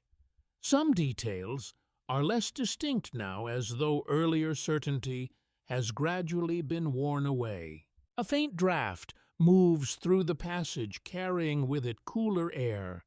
It feels like a reminder that the outside world continues its own cycle, even as the temple adjusts internally. Oddly enough, a curious footnote suggests that temples were often designed with a strong awareness of cyclical time, aligning daily routines with solar movement and seasonal change. Decline in activity is not failure, it is part of design. You pause briefly at a junction where one corridor leads upward and another continues deeper. The choice is less about direction and more about mood. One feels active, the other subdued. You take the quieter path. No agreement has been reached on how consciously ancient builders intended these spatial transitions to reflect broader philosophical ideas about time and impermanence. Scholars bicker over whether the architecture was symbolic or purely functional in its organization of movement and activity. A council decree proves that temple operations were divided into structured phases throughout the day, ensuring continuity while allowing for rest, maintenance, and ritual preparation. The system is cyclical, not linear. One scandalous aside hinted at in interpretive fragments suggests that the slowing of activity toward evening may have carried different meanings for different groups within the temple, depending on role and responsibility. Time is experienced unevenly across systems. You notice fewer sounds now. The distant hum of activity has softened into occasional footsteps and the faint closing of doors. Even voices are rarer here, as though speech itself is being conserved. Your mind drifts to the idea of decline, though not in a negative sense, more as a natural contraction of activity, a drawing inward after expansion. How systems breathe in cycles: expansion, maintenance, contraction, rest. Arguments split along whether temple time was understood as strictly cyclical, or if moments of transition were perceived as meaningful thresholds between states of being. Did people feel the shift, or simply follow it? The answer remains open. You pass a section where lamps are being checked and adjusted, their flames reduced slightly. The light becomes softer, more contained. Shadows lengthen along the walls, smoothing edges that were sharper earlier in the day. A worker moves quietly through the space, pausing to ensure each lamp is stable before continuing. There is no rush, only completion of routine. The air feels cooler now, settling into a more stable temperature as external warmth fades. It carries faint traces of earlier activity, but diluted as though memory is replacing immediacy. You take a slow breath, noticing how the temple shifts from outward engagement to inward stability as the day progresses. Nothing here ends abruptly. Instead, everything transitions, and as you continue through these quieter corridors, you begin to understand that the temple does not move from life to stillness. It moves through cycles of presence, each one preparing for the next. The corridor grows quieter still as you move deeper into the temple's final rhythm of the day. The air feels cooler now, not in a harsh way, but in a settling way, as though the entire structure is easing into rest without ever truly becoming still. You notice how your own steps sound different here, softer, more contained. The stone seems to absorb noise rather than reflect it, as if the temple is gently teaching everything within it to lower its voice. Ahead, the passage opens into a long, gently sloping hall. The light is faint, filtered through narrow openings that no longer carry the brightness of midday. Shadows stretch evenly across the floor, forming soft gradients rather than sharp contrasts. There is no single focal point now. Instead, there is continuity. Records confirm that Egyptian temple life was structured around repeating daily cycles that balanced activity, ritual, maintenance, and closure, creating a stable rhythm that mirrored natural patterns of sun and night. The temple is not ending its day. It is aligning with it. You walk slowly, taking in the final details. A lamp being extinguished with careful precision. A door sealed with practiced familiarity. A quiet exchange of nods between attendants, completing their final rounds. Each action is unremarkable on its own, yet together they form a complete cycle. Oddly enough, a curious footnote suggests that this sense of cyclical completion was central to Egyptian understanding of order itself, where stability was not achieved through permanence, but through repetition. What ends must begin again in the same measured form. No agreement has been reached on whether ancient participants experienced these cycles as deeply philosophical truths or as practical structures embedded into daily life. Scholars bicker over whether meaning was consciously reflected upon or simply lived through habit. The boundary between thought and routine remains unclear. You pause near a partially open doorway. Beyond it, a dim space holds the faint outline of objects being arranged for the night. Nothing dramatic, just quiet preparation, a settling of things into place. A council decree proves that temple closure rituals were essential to maintaining sacred order overnight, ensuring that spaces were properly secured and prepared for the next cycle of awakening. Even rest here is structured. One scandalous aside hinted at in interpretive fragments suggests that some individuals may have experienced these closing moments differently, depending on their role with certain responsibilities, extending later into the night, while others concluded earlier. The rhythm is shared but not identical for everyone. You take a final slow step forward. The temple no longer feels like a place of movement or exchange or even transformation. It feels like a system completing itself. Every space you have walked through today begins to surface in memory. The gates at dawn, the scent of incense in ritual chambers, the quiet labor of workers, scribes, and artisans, the flowing exchange of goods, the controlled stillness of sacred interiors, the structured authority, the subtle tensions, the careful balance of belief, labor, and order, all of it connected, all of it continuous. In your ears, the final sounds are faint, a distant closing latch, a final footstep moving away. Then silence, not empty, but complete. You stand for a moment longer, letting the temple's final rhythm settle around you. And as you do, you begin to understand that what you have witnessed is not just a place of worship. It is a living cycle, one that breathes through repetition, through structure, through care, and through the quiet continuity of every person who moves within it. The temple does not end its day. It simply prepares to begin again. Sweet dreams.